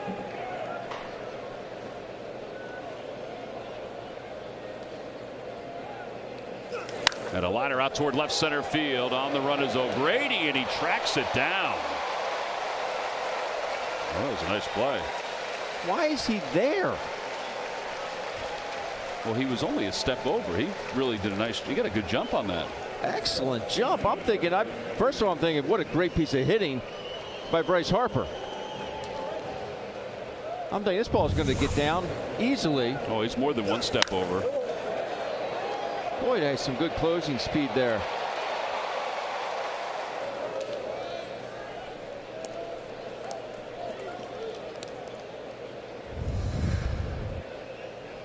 So 2 outs, and here's Reese in this 1-run game. And Reese sends one in the air to left center field. Playable for O'Grady. And the inning is over, but the Phils put a 4 spot up on the board. They got a pinch hit 2-run home run from Logan Morrison. That was a shot. And then a couple batters later, JT Realmuto, a 2-run shot of his own. Middle of the 5th, it's the Reds 5 and the Phillies 4. Cole faced Joey Votto to start things off. Let's check in with Greg Murphy. Murph. All right, thank you very much, Tom. Well, if you follow Major League Baseball, you know that Joey Votto has been one of the most productive offensive players throughout his 13-year career. But you can't help but notice that you look at his numbers this year, and they are down across the board. Batting average and power are down. Strikeouts are up. Walks are down. And a couple of weeks ago, he decided to do something about it. He said he wanted to make a change. And if you look at the video on the left, this was him earlier in the season. This is the way he was, his approach at the plate. A little more crouched down, slight leg kick, and he was choking up on the bat. And then he decided to make a change. He went back to the way he swung the bat. You'll see that on the right side. Previous to 2017, where he had a lot of success. He's more upright. He's not choked up as much, and there's a little bit more of a leg kick. And he has said that it is completely different for him again. It's, you know, everything that is old is new again, kind of, for Joey Votto, and he's having some success. We've seen tonight he's made a big difference in this game with the home run and the double, but he's having a little bit more success. And he said the reason he did it, he simply feels like he can get more power from the original stance that he had back, you know, previous to 2017. Yeah, I would think if he has some success, he might feel comfortable to even go back to the old way again at some point. He seems to be a tinkerer as he grounded out to first to start this inning. They said he's been, these last couple of years, he's adjusted a lot of things. Some have worked, some have not worked.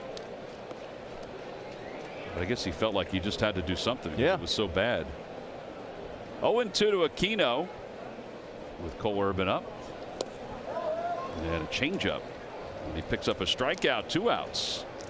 Nice job by Cole. Yeah, the bullpen was so good. We touched on it in the open. Bullpen was so good last night. See if they can duplicate that tonight. Brad Miller does not come into play third. He stays in the outfield where Dickerson was, so Kingery stays at third. And here is Tucker Barnhart. Boy, this is a nice quick inning for Cole Irvin. He gets a couple ground outs and a strikeout. 1, 2, 3 go the Reds here in the 5th. And we are quickly on to the 6th inning. For the Phillies down 1. Blue Cross Fearless Philly of the Week is still being tested by opposing teams' base runners. And once again, they're all being taught a lesson. Entering September, JT Realmuto led all Major League catchers, throwing out 34 base stealers. And it's double the total of the next closest National League catcher. The Phillies' weapon nailed a career-best 3 Pirates in 1 game and became the first Phillies catcher to do so since 2007. Some lessons are hard to learn. We're enjoying it. And it's brought to you by Independence Blue Cross. Live fearless. Well, nobody has attempted a stolen base against JT Realmuto in the first few days of September. In fact, since we put that segment together. But he has homered today, a 2-run shot. So it's 5-4. Robert Stevenson will take over for Trevor Bauer. So both starters are out. Bauer went 5 innings, 6 hits, and 4 earned runs.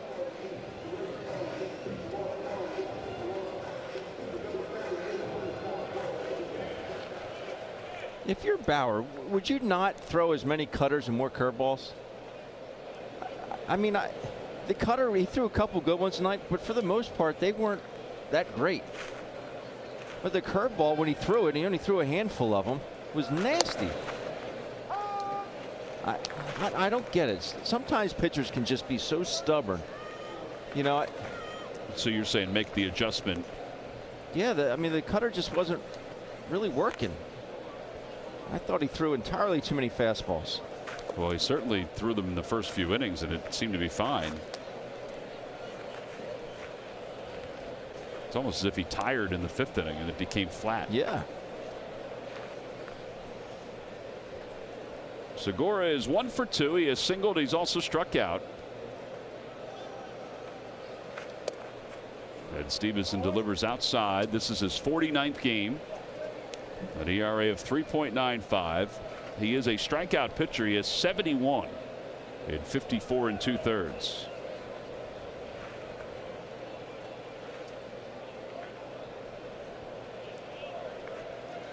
And a line drive, 1 hopper. Freddie Galvis has it. And he kind of leads Votto to the bag. 1 out here in the 6th. Don't ever miss a moment of Phillies baseball with the My Teams app. Stream the game while you're on the go. Presented by your Philadelphia area local shippers.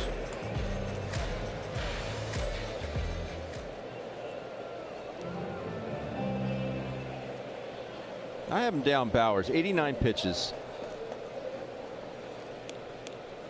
57 four-seamers and just 7 curveballs. I'm just saying, I got a weapon like that. I'm going to use it more often than not. Yeah, 7. They're calling it a knuckle curve. I didn't think he threw a knuckle curve. But 12 cutters, 3 two-seam fastballs, 7 changeups too. Go along with 3 sliders.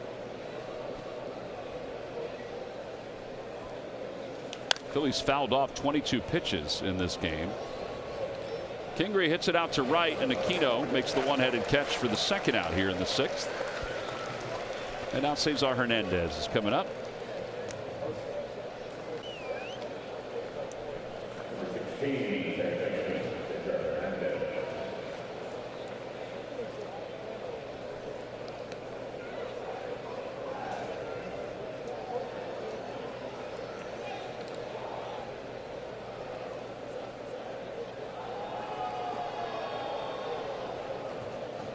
There's a fastball, and it's 0-1 to Cesar.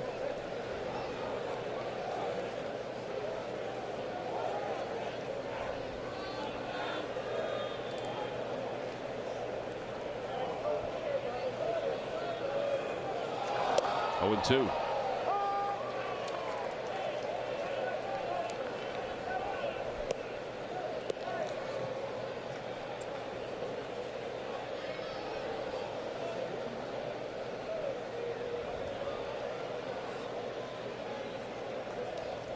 Check swing. Marvin Hudson says no go.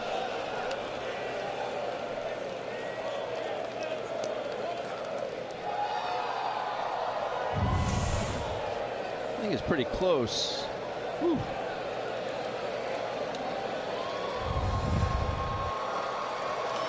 Ground ball off the glove of Stevenson, picked up by Galvis, throws him out, 1-6-3. And they scoreless top of the 6th inning. 5.5 in the books. We will move to the bottom of the 6th, 5-4 Cincinnati. Under Jeff now or visit jeffersonhealth.org. Well, with Ben Davis and Greg Murphy, I'm Tom McCarthy here in Cincinnati. Game 3 of our 4-game series.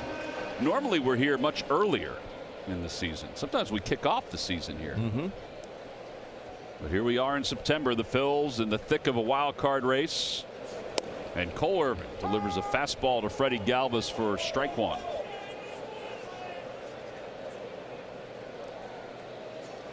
Oh, 0-2.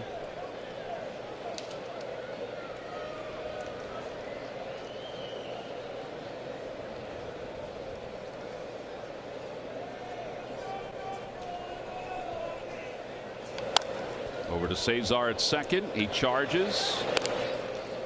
4-3 on the putout. That's 3 ground balls for Cole, which is when you know he's at his best.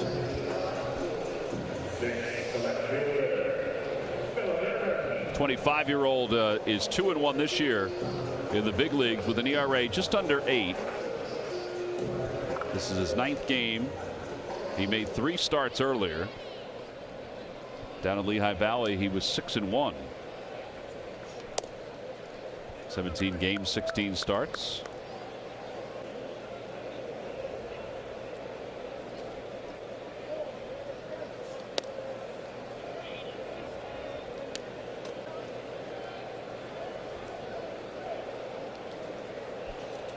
Two and 0.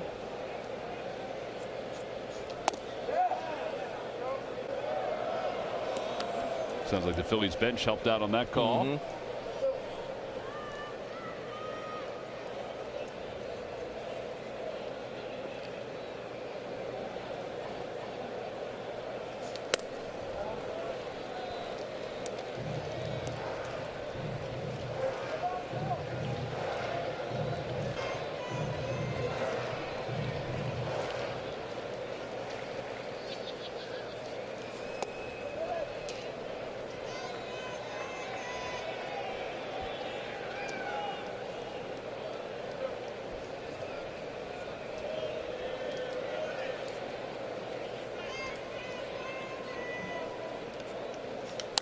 Fly ball short left center field.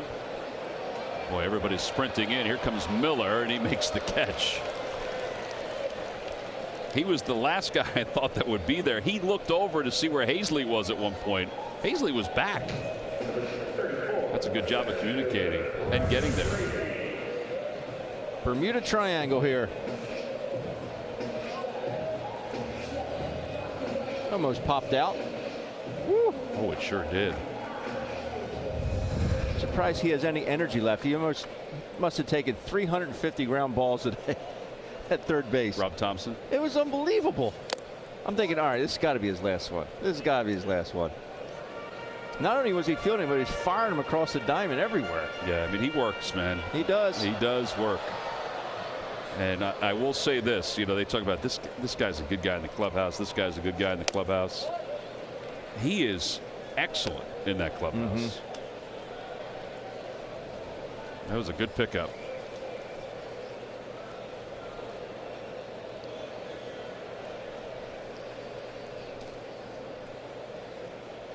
Oh-2 pitch. One's popped up outside of third. Long run for Kingery, and it's near the camera well. Phillies will take on the Boston Red Sox on the 14th of September. It's the first of 2, 7:05 and 1:05. Sunday the 15th is the W.B. Mason collectible truck free to children 14 and under. Go to Phillies.com to purchase your tickets.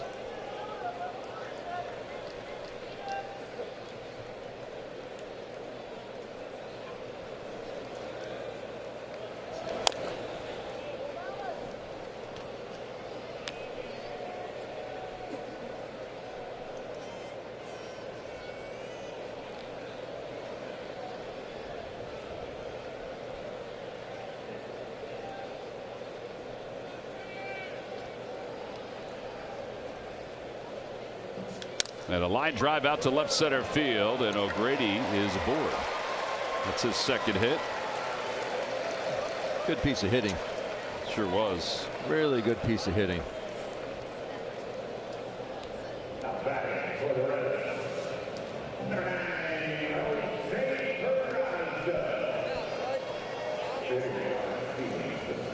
Jose Peraza was just added to the roster, is introduced as the pinch hitter. So Irvin will leave. Gabe Kapler's out. He'll go to the bullpen for the right-hander. And it's Jared Hughes who's getting his sprint ready. And here he comes. Nice job by Cole Irvin. He won't be back to the dugout before Jared Hughes is onto the mound.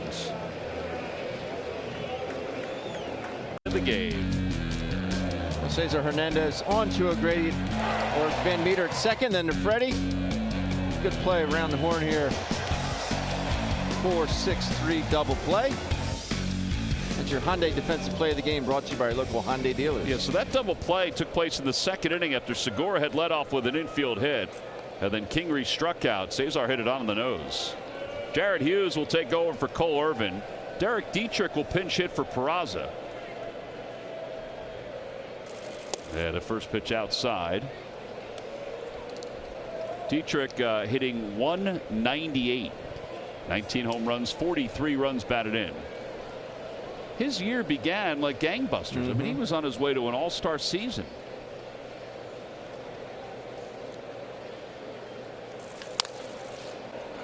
"17 home runs in the first couple months, but since then he has 2. I actually thought we'd see him in that lineup tonight against Aaron. He was 6 for 22 off Aaron with a couple doubles and a home run. Thought he might be put into that lineup, but no.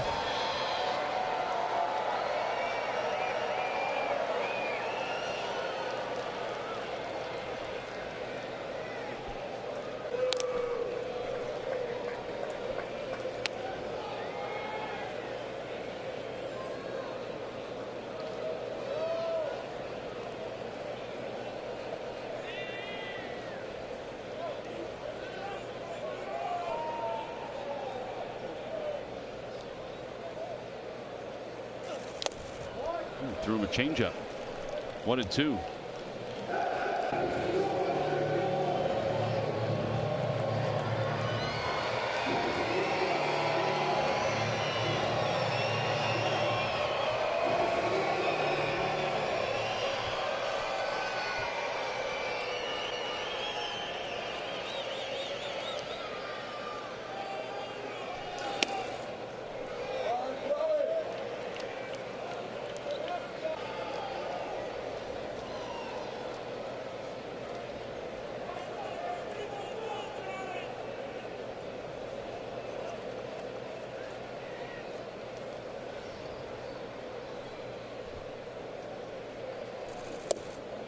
And it's low. 3-2 to Dietrich.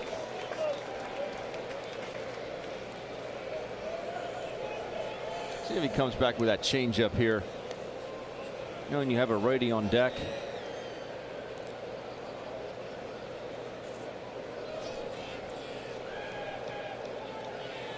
O'Grady will take off from first.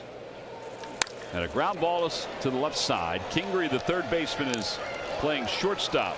And he throws over. 5-3 on the putout. No runs. 1 hit and a man left. We have played 6. We'll go to the 7th. Phil's trail it.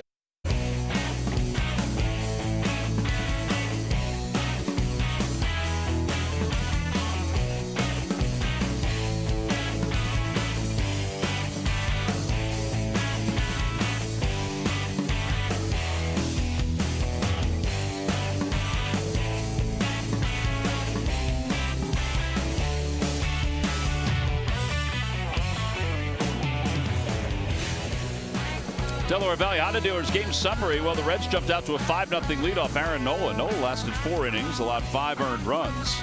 But the Phillies got 4 in the 5th against Trevor Bauer, who was done after 5. Now we go to the 7th. Adam Hazley leads it off against Michael Lorenzen, who is the new pitcher. It'll be Hazley, then Jay Bruce.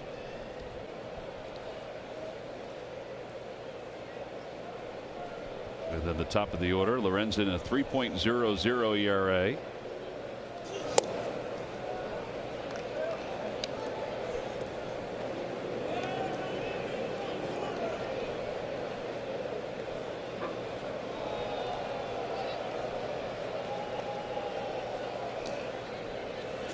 Outside 2-1.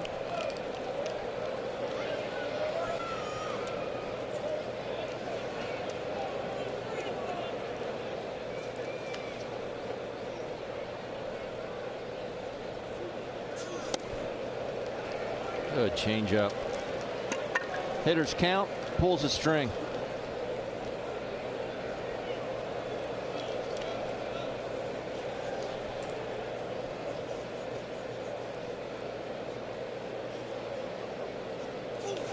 Little tapper to the right of the mound. Lorenzen has it and tags out Hazley. One out, and Jay Bruce is coming up. We always talk about the athleticism of Vince Velasquez. Well, Michael Lorenzen, as athletic as they come. Bounces off the mound there like a cat.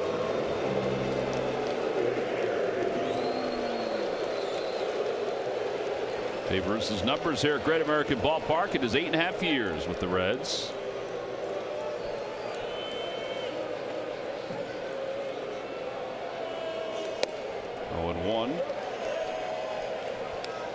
Jay Bruce will just be strictly a pinch hitter for the time being.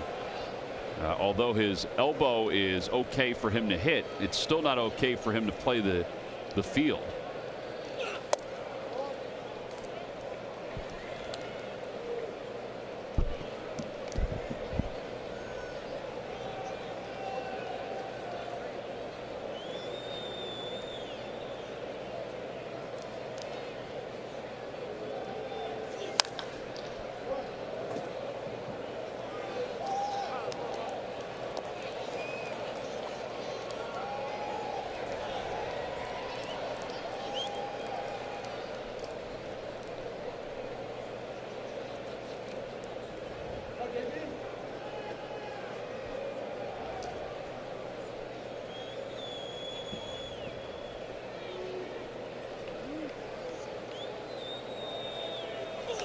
Out toward left center field. That is well hit. O'Grady's going back to the wall. It is gone. Long gone. Near the camera platform. A solo home run, and we are tied up at 5. It's the second pinch hit home run of the night for the Phils. Oh, goodness. That man's making all the right moves tonight, isn't he? That ball was blasted. Boy, that's got to feel good. That is one excited bunch. As well they should be. 137 home runs here at Great American Ballpark. Straight away. What a sweet swing.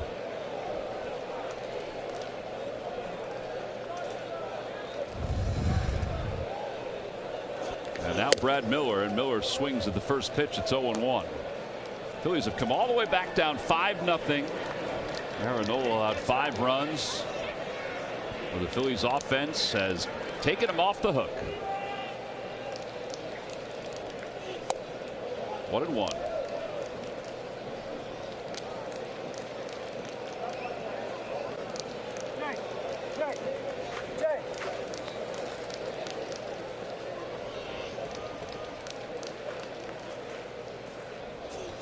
Change up, and it's 1-2.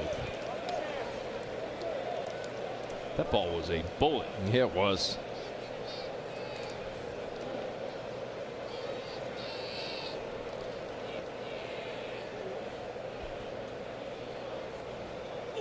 Got it with a changeup. Miller strikes out. 2 outs here in the 7th, and JT Realmuto will be the hitter.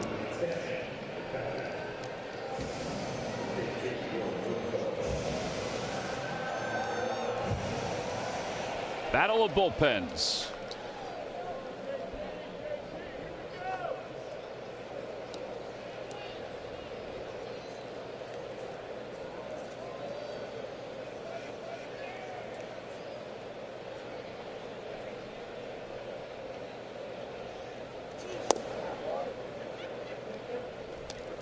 JT in the 5th inning, a 2-run home run.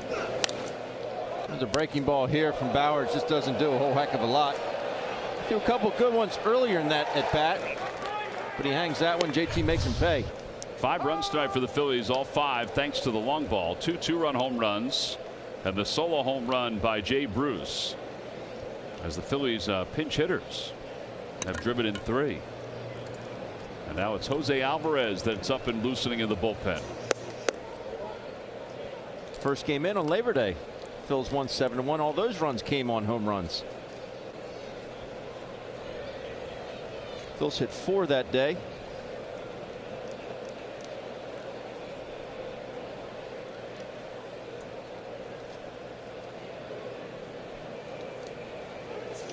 That one's hit out toward left, not deep.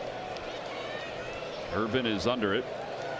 And the inning is over, but the Phils, thanks to a 426-foot pinch hit home run by Jay Bruce, they have tied it up at 5 as we stretch here in Cincinnati.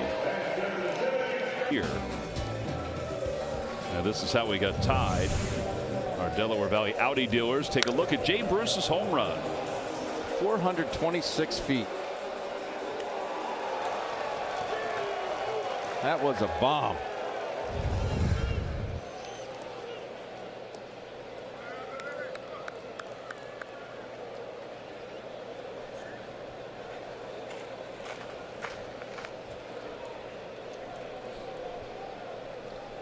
Well, here's Blandino against Alvarez. 1 ball and no strikes. Blandino's 0 for 1. He walked his last time up.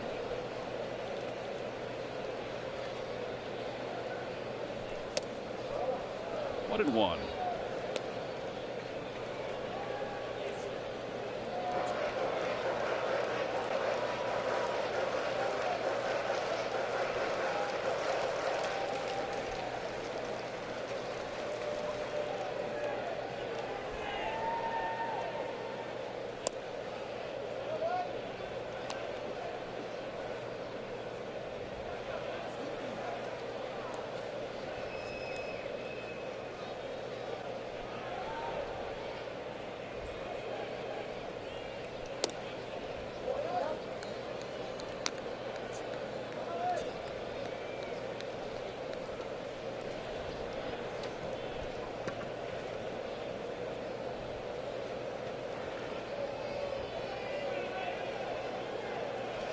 On the inside corner, 3-2. Blandino's getting out of the way of that. Like, yeah, that was going to hit him. That's a poor description on my part. That was right down the middle. I was reacting to his reaction. They play him to pull on the left side. Yeah, the 3-2. Ground ball left side. To his left is Kingery, about 4 steps. And 1 out here in the bottom of the 7th inning. Jump to the head of the line by placing a deposit for 2020 season tickets. Now, by placing a deposit, you'll be able to secure your plan and seat location prior to the official on sale date. Now, as an added bonus to 2020 season ticket deposit counts will receive postseason access this year. Call 215-463-5000 or go to Phillies.com/season deposits. Here's Iglesias, who will pinch hit for the lefty Van Meter.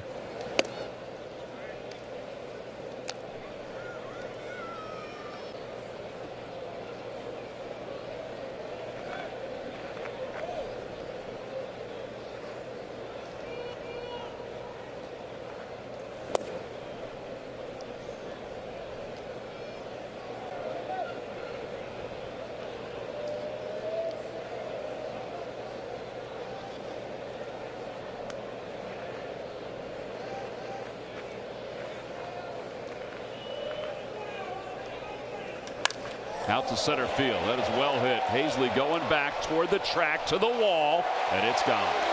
And the Reds have retaken the lead here in the 7th inning. Iglesias with a solo home run. Pitch hitters have got some things going tonight. They sure do. It is 6-5 Cincinnati.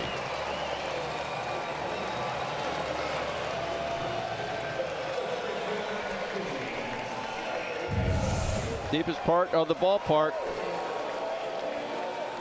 Well, you fall behind 2-0. Going to lay one in there. Yeah, it's his first career pinch hit home run.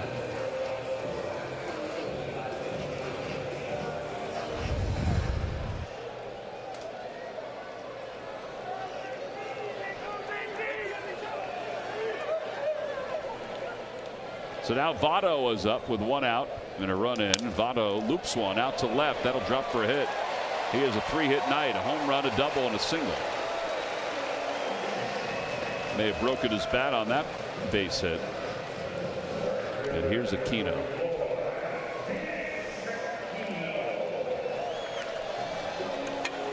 There comes Gabe Kapler. And that'll be it for Alvarez. Here comes Blake Parker.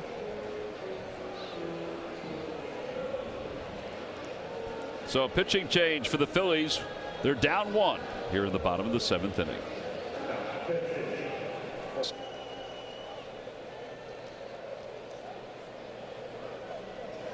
Check swing. Bouncer to third. Kingery goes to second. Smart play. He got the slow of foot Joey Votto on a 5-4 put out. Know thy runner. The fielder's choice. Charlie Manuel always tells his hitters, know thyself. Scott Kingery knows who's running to second. Got Votto by plenty. So 2 outs, and here is Barnhart.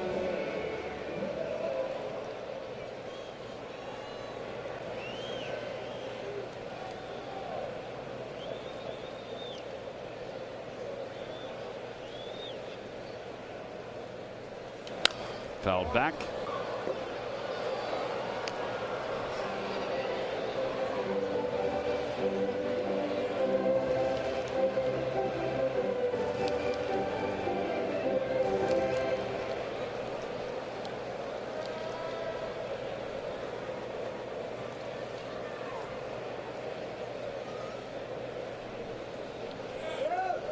Runner goes, throw to second base is not in time as Aquino slides in hard.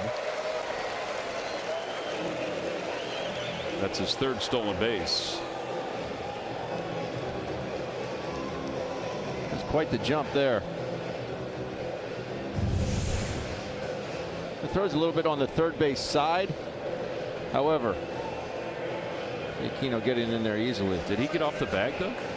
They're going to look at it. He might have popped off the bag, and Gene Segura stayed with the tag right there. Yeah, he's out.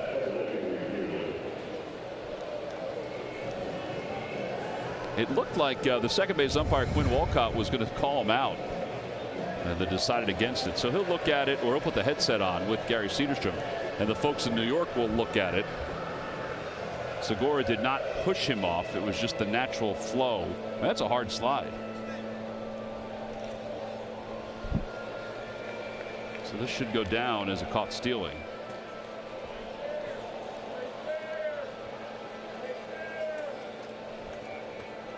Oh, we'll see. You don't think so? I don't. I'm looking at it on the big board up there. Oh, look at it on the screen. Let's look at the replay again. It looks like his leg's off and the tag's on. I mean, I hope you're right. Listen, here's the thing. This year, more than the previous years, if it's not definitive, they're not guessing. Right. Gary Cederstrom, number 38, will make the call. He's the crew chief, or at least signal the call.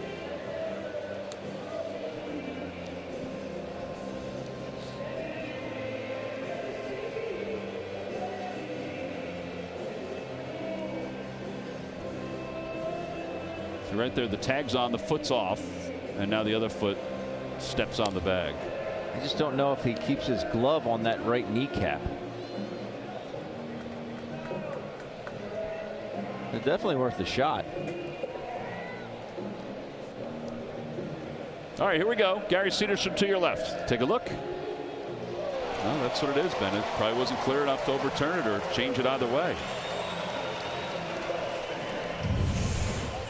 See, right here, tag is on, foot's off, but it's tough to tell whether the other foot is on the bag or not.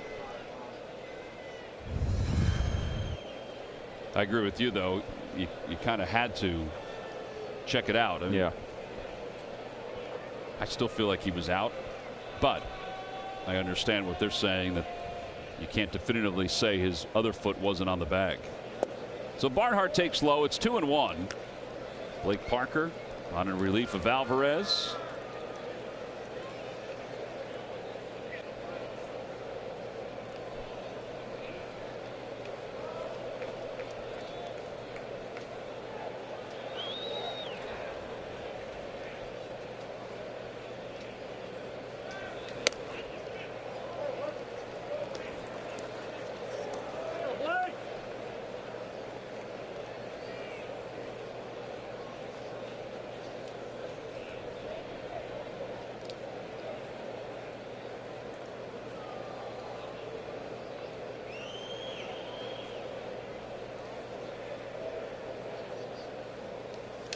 Broke his bat out to shallow center. Hazley's there, and the inning is over. But the Reds do retake the lead. A pinch hit home run by Jose Iglesias has given them a 6-5 lead. We're on to the 8th inning here in Cincinnati. Cincinnati with Suarez. I don't know if he's still unavailable to pinch hit. You know, with that sore hand.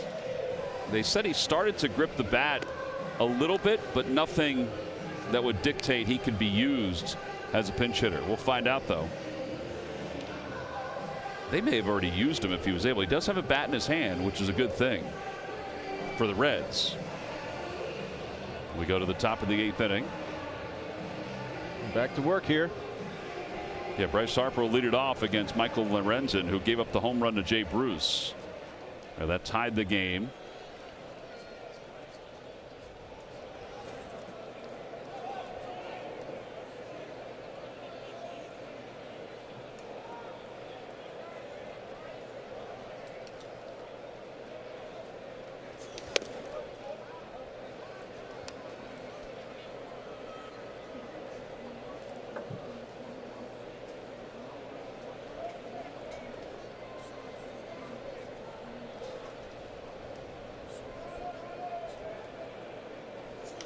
Down the left field line, out of play, 1-1.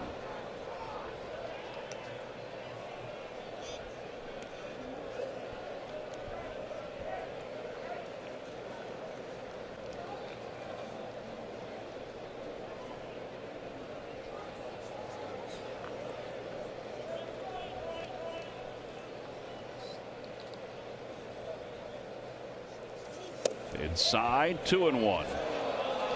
He did not go, according to the third base umpire Marvin Hudson.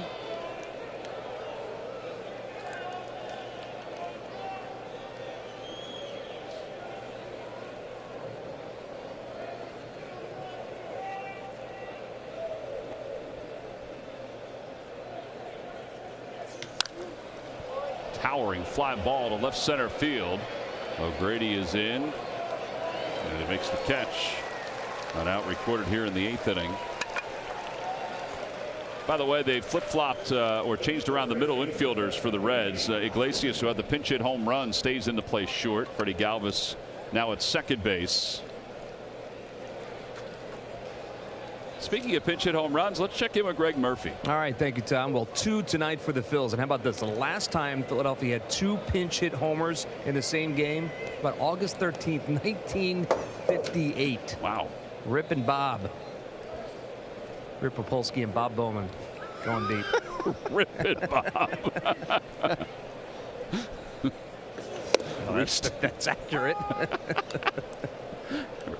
1958. That's unbelievable. It's as if you knew them so well, Murph. I did. We were tight. We were tight. That's kind of surprising, though, isn't it? It is. 0-1. Kenny Ayers doing some research, the Phillies PR staff.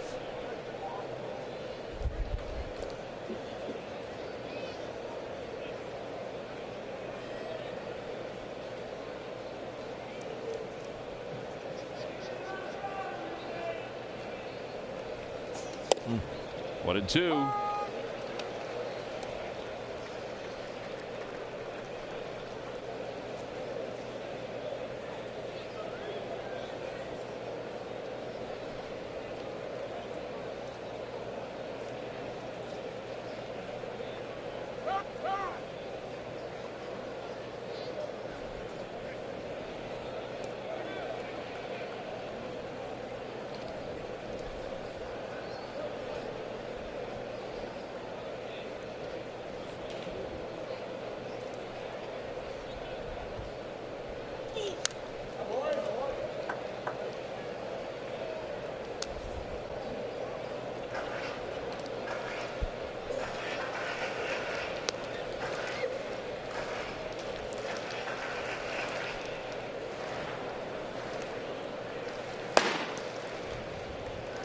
Kevin Gossman warming up in the bullpen.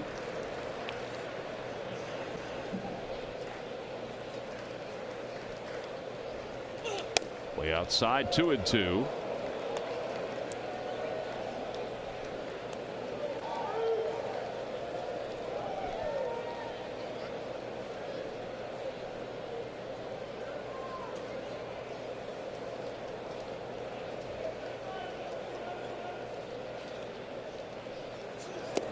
Three and two. He's been throwing all-speed pitches to guys behind in the count. See if he goes back to that slider.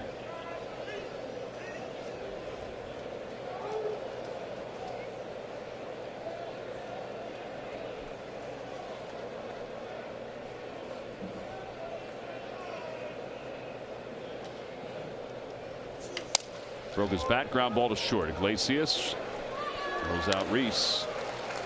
Over the changeup. And Reese was out in front. Here's Gene Segura.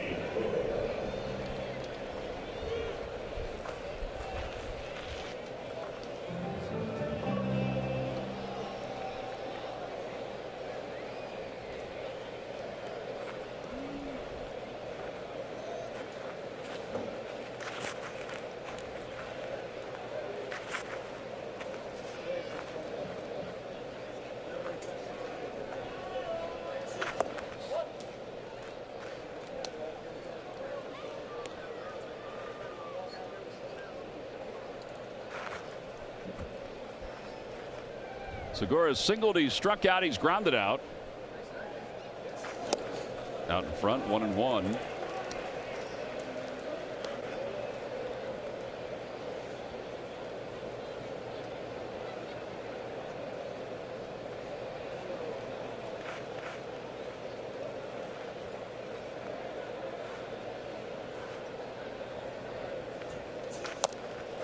Oh, he fouled that off his face.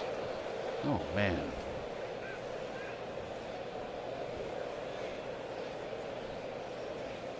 Sean Ficasny out quickly with Gabe Kapler. Looks like he was spitting up blood. Yeah, right in the mouth.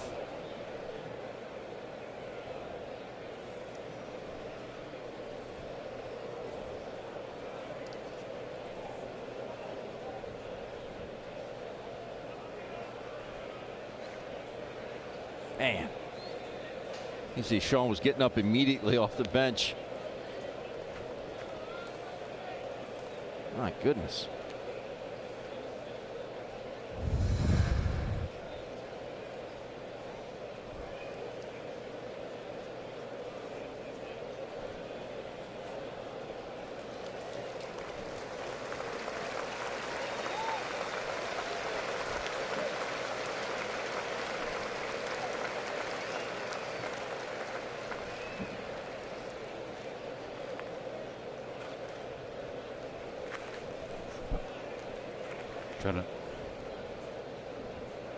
Trying to stop the bleeding. And he'll continue.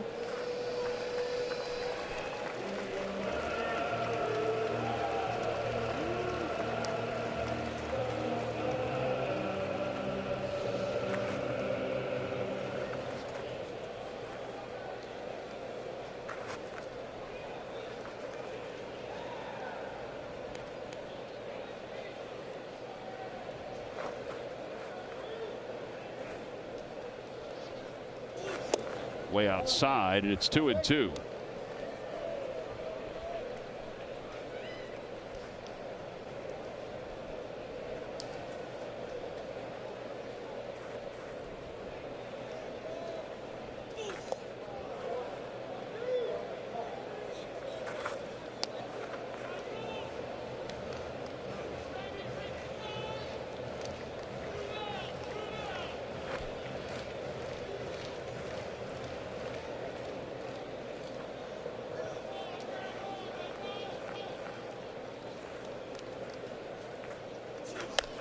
Little pop-up out towards short, caught by Iglesias.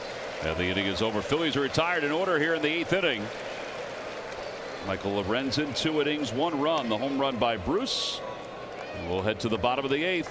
It's the Reds 6 and the Phillies 5. The Student Steel is your ticket to see the Phillies take on the Atlanta Braves September 9th through the 12th. It's $20 ticket plus the first concession item up to $13 is on us. Go to Phillies.com/studentsteel to purchase your tickets. Freddie Galvis, the hitter, and he swings at the first pitch from Parker, and it's 0-1. Galvis is 0 for 3 tonight. He is 0 for 7 in the series.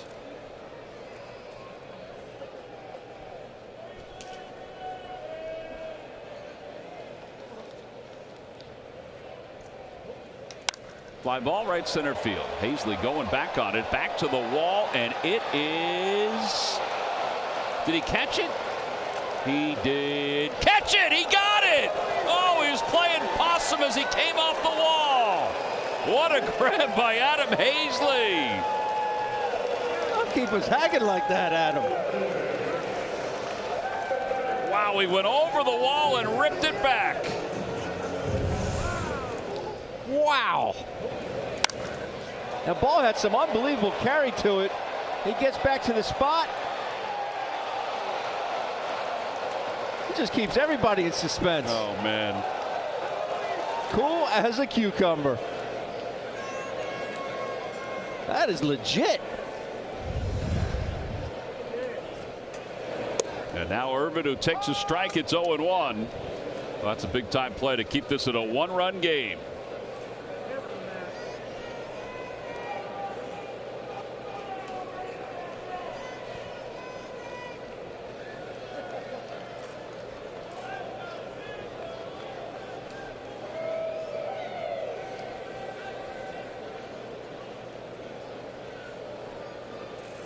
Outside, and it's 1-1. Look at Freddie Galvis watching this one. He was like everybody else. Yeah, you got it. Nice grab.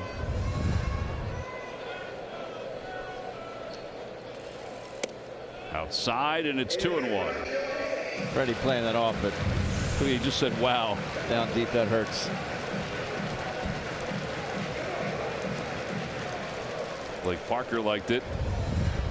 I think Adam will have a dinner coming his way from Blake Parker.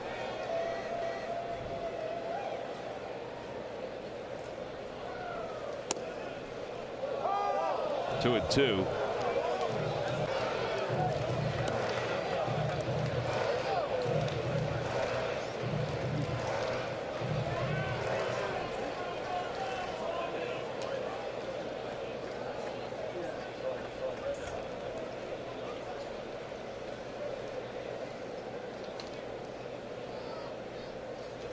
Outside 3-2.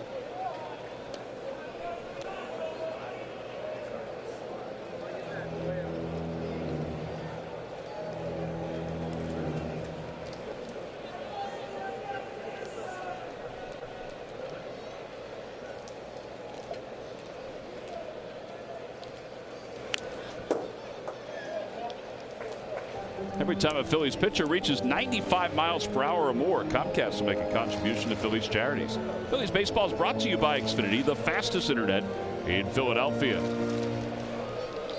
Phillies trying to gain a game on the Cubs for that second wild card spot.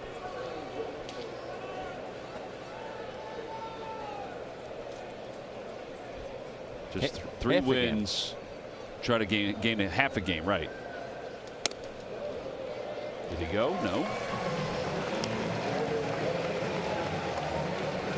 A one-out walk. Phillies have 3 wins when they trail after 8. Raisel Iglesias, I assume, is throwing in the bullpen for the Reds, and he has been up and down. There he is. When he's on, there's nobody better.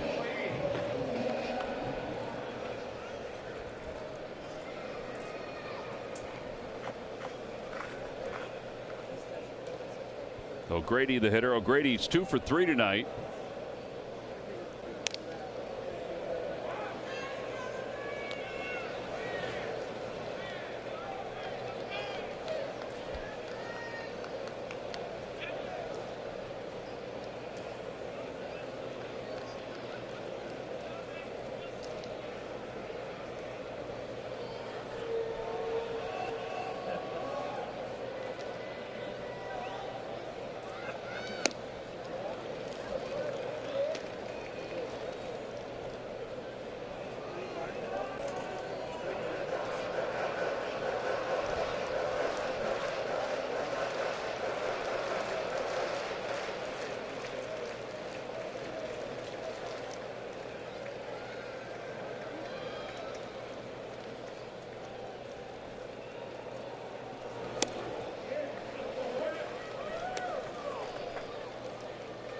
Gray with two pretty good pitches to hit there.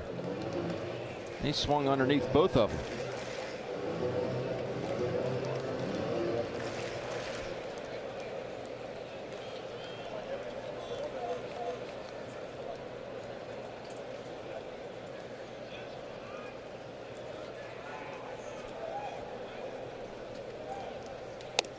And a call, strike three. 2 outs. That On was the outside corner. some paint.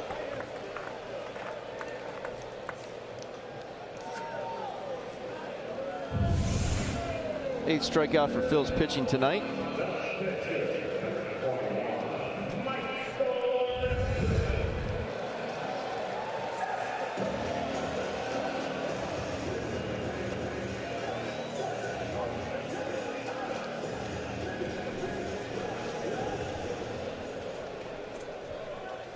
So now Lorenzen up for the first time, hitting .313.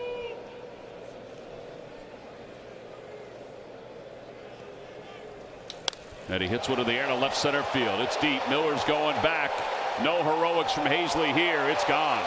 A 2-run home run for Michael Lorenzen, the pitcher, who's also a pretty good pinch hitter. And it's now 8-5 Cincinnati. So 3 pinch hit home runs tonight and 1 by a pitcher, a relief pitcher.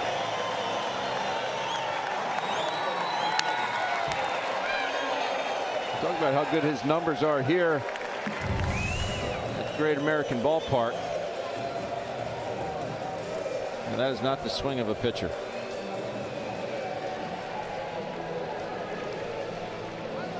And here comes Gabe Kapler.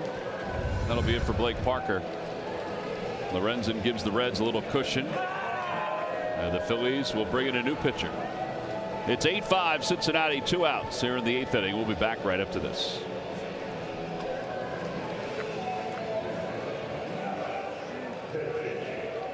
Spectacular catch of what would have been a home run from Freddie Galvis. Look at this angle. This is a beautiful shot. Man, he's got some ups. He sure does. And then he held on to it and hit it for a moment. Then Lorenzen, a few hitters later, the relief pitcher for the Reds, who can hit, blasted a 2-run home run and now has made it a 3-run game. And Nick Pavetta's coming in, facing Blandino, and he delivers outside 1-0.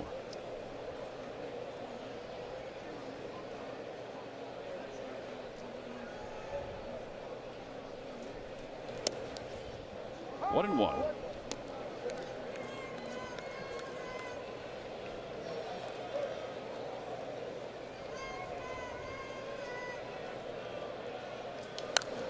One and two.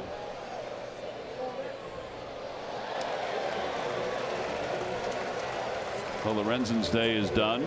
He'll still give way to Iglesias. If the score holds up, he'll get the win and a 2-run homer. Yeah.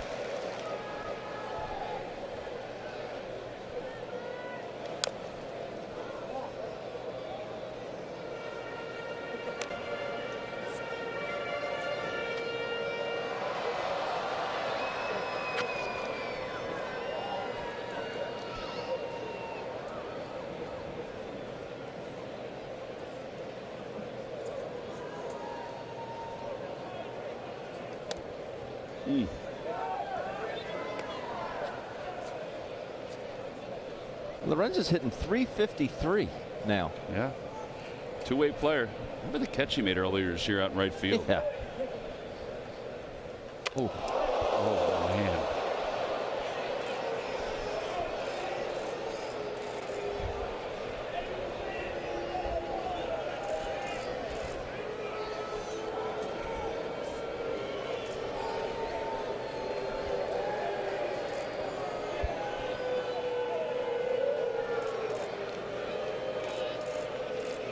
I think they're going to take him out of the game as a precaution. It did hit him, right? I heard something. Yeah, something hit him. I mean, it hit somewhere, right? Yeah. Oh, yeah. He's fortunate because that just grazed the arm and then hit the bat. I think what you heard was the bat. Man, is he lucky. Off the rebound.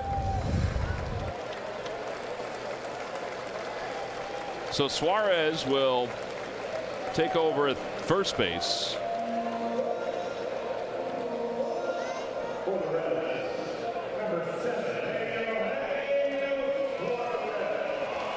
He's very fortunate. My goodness.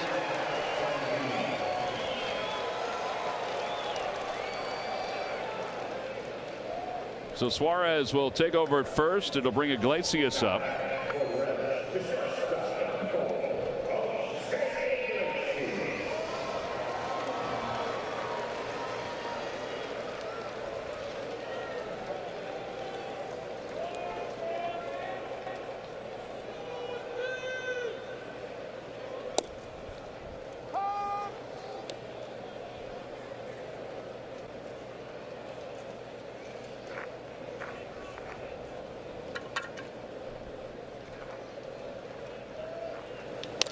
To the left side, backhanded by Segura. Long throw across the diamond in time. That's a strong throw. Inning is over, but 2-run score. The 2-run home run by Lorenzen has given the Reds an 8-5 lead. Across the NBC's parallel team access. The 2019 NFL Kickoff Show tomorrow at 1, only on the My Teams app and on NBCSportsPhiladelphia.com. Michael Lorenzen moves from the mound out to center field, so his night is not done. Eugenio Suarez stays in the game to play third. And Raisel Iglesias, 28 saves and 33 opportunities. He's 2-11. That is remarkable. Yeah. You have that many decisions as a closer. And have 5 blown saves. I should say only 5 blown saves. Most of his damage, though, most of his problems are in tie games. At least it seems that way.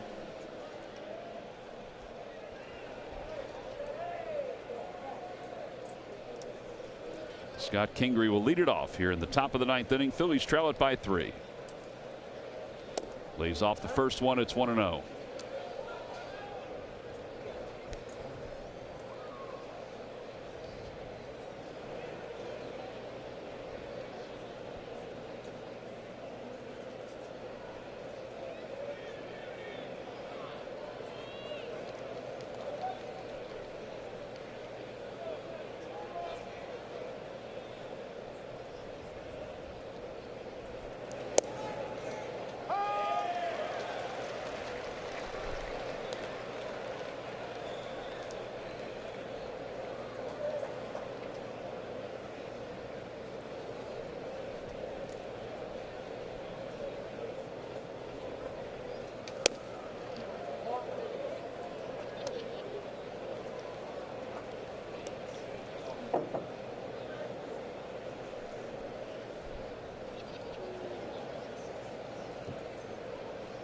Two-one pitch.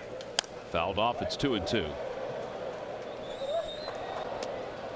Kingery tonight is 0 for 3. Struck out and flied out twice. Reds lead it 8-5. They got a pinch hit home run by Iglesias to make it 6-5. A 2-run home run by Lorenzen, who was pitching and now is in center field. Lorenzen since 2015 has 7 home runs. Second to Madison Bumgarner for second most by a pitcher. 3-2.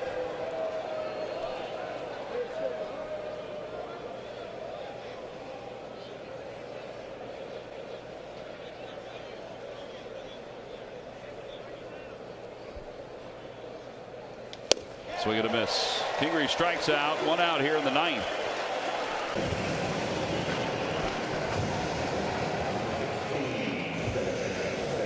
Both teams now with 8 strikeouts.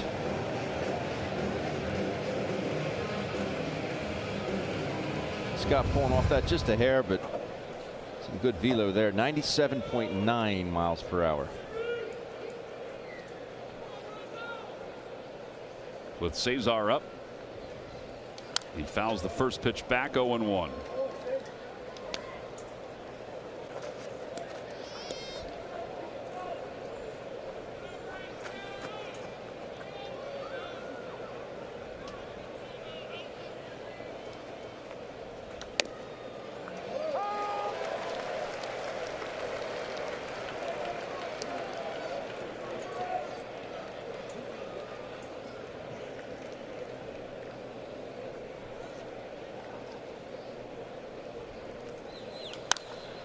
A high fly ball to shallow left field.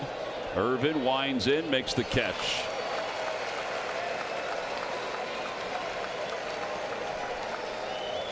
Two outs.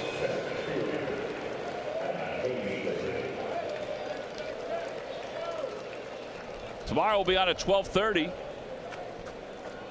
The final game of this series. Phillies pregame live begins at 12. By the way, the Reading Fightins wound up losing tonight. The Trenton Thunder scored 3 in the top of the 8th inning to win it 4-3. Hazley down the left field line. Irvin going back toward the fence, reaches up, and he makes the catch, and the ball game is over. The Reds have taken game 3. They win it 8-5. Off the bench, Iglesias, a home run to give them a 6-5 lead. Off the mound, Lorenzen, a 2-run home run to give them an 8-5 lead. He's celebrating like an outfielder. So the Phillies fall to 3 games back in the race for the second wild card spot. Our Chevrolet player of the game was Iglesias, whose go-ahead pinch-hit home run in the 7th inning was all the Reds needed to finish off this game. Our W.B. Mason deliveries of the game. Well, Iglesias' home run, and then we'll look at Lorenzen's home run. Yeah, 2-0 fastball here from Jose Alvarez. Iglesias goes dead center. Put the Reds up 6-5, and then in the 8th, Lorenzen steps up, as I mentioned. Now batting .353. Wow. What an asset that the Reds have in Lorenzen. He can pitch. Obviously, hit the ball out of the ballpark, play a little outfield. They are your W.B. Mason deliveries of the game. You know, the part of it, too, is that his offense is evolving more and more with each passing year as he gets more reps. Reds win it 8-5. Lorenzen gets the win. Iglesias the save. They'll still have the series edge. We'll be back to wrap it up right after this.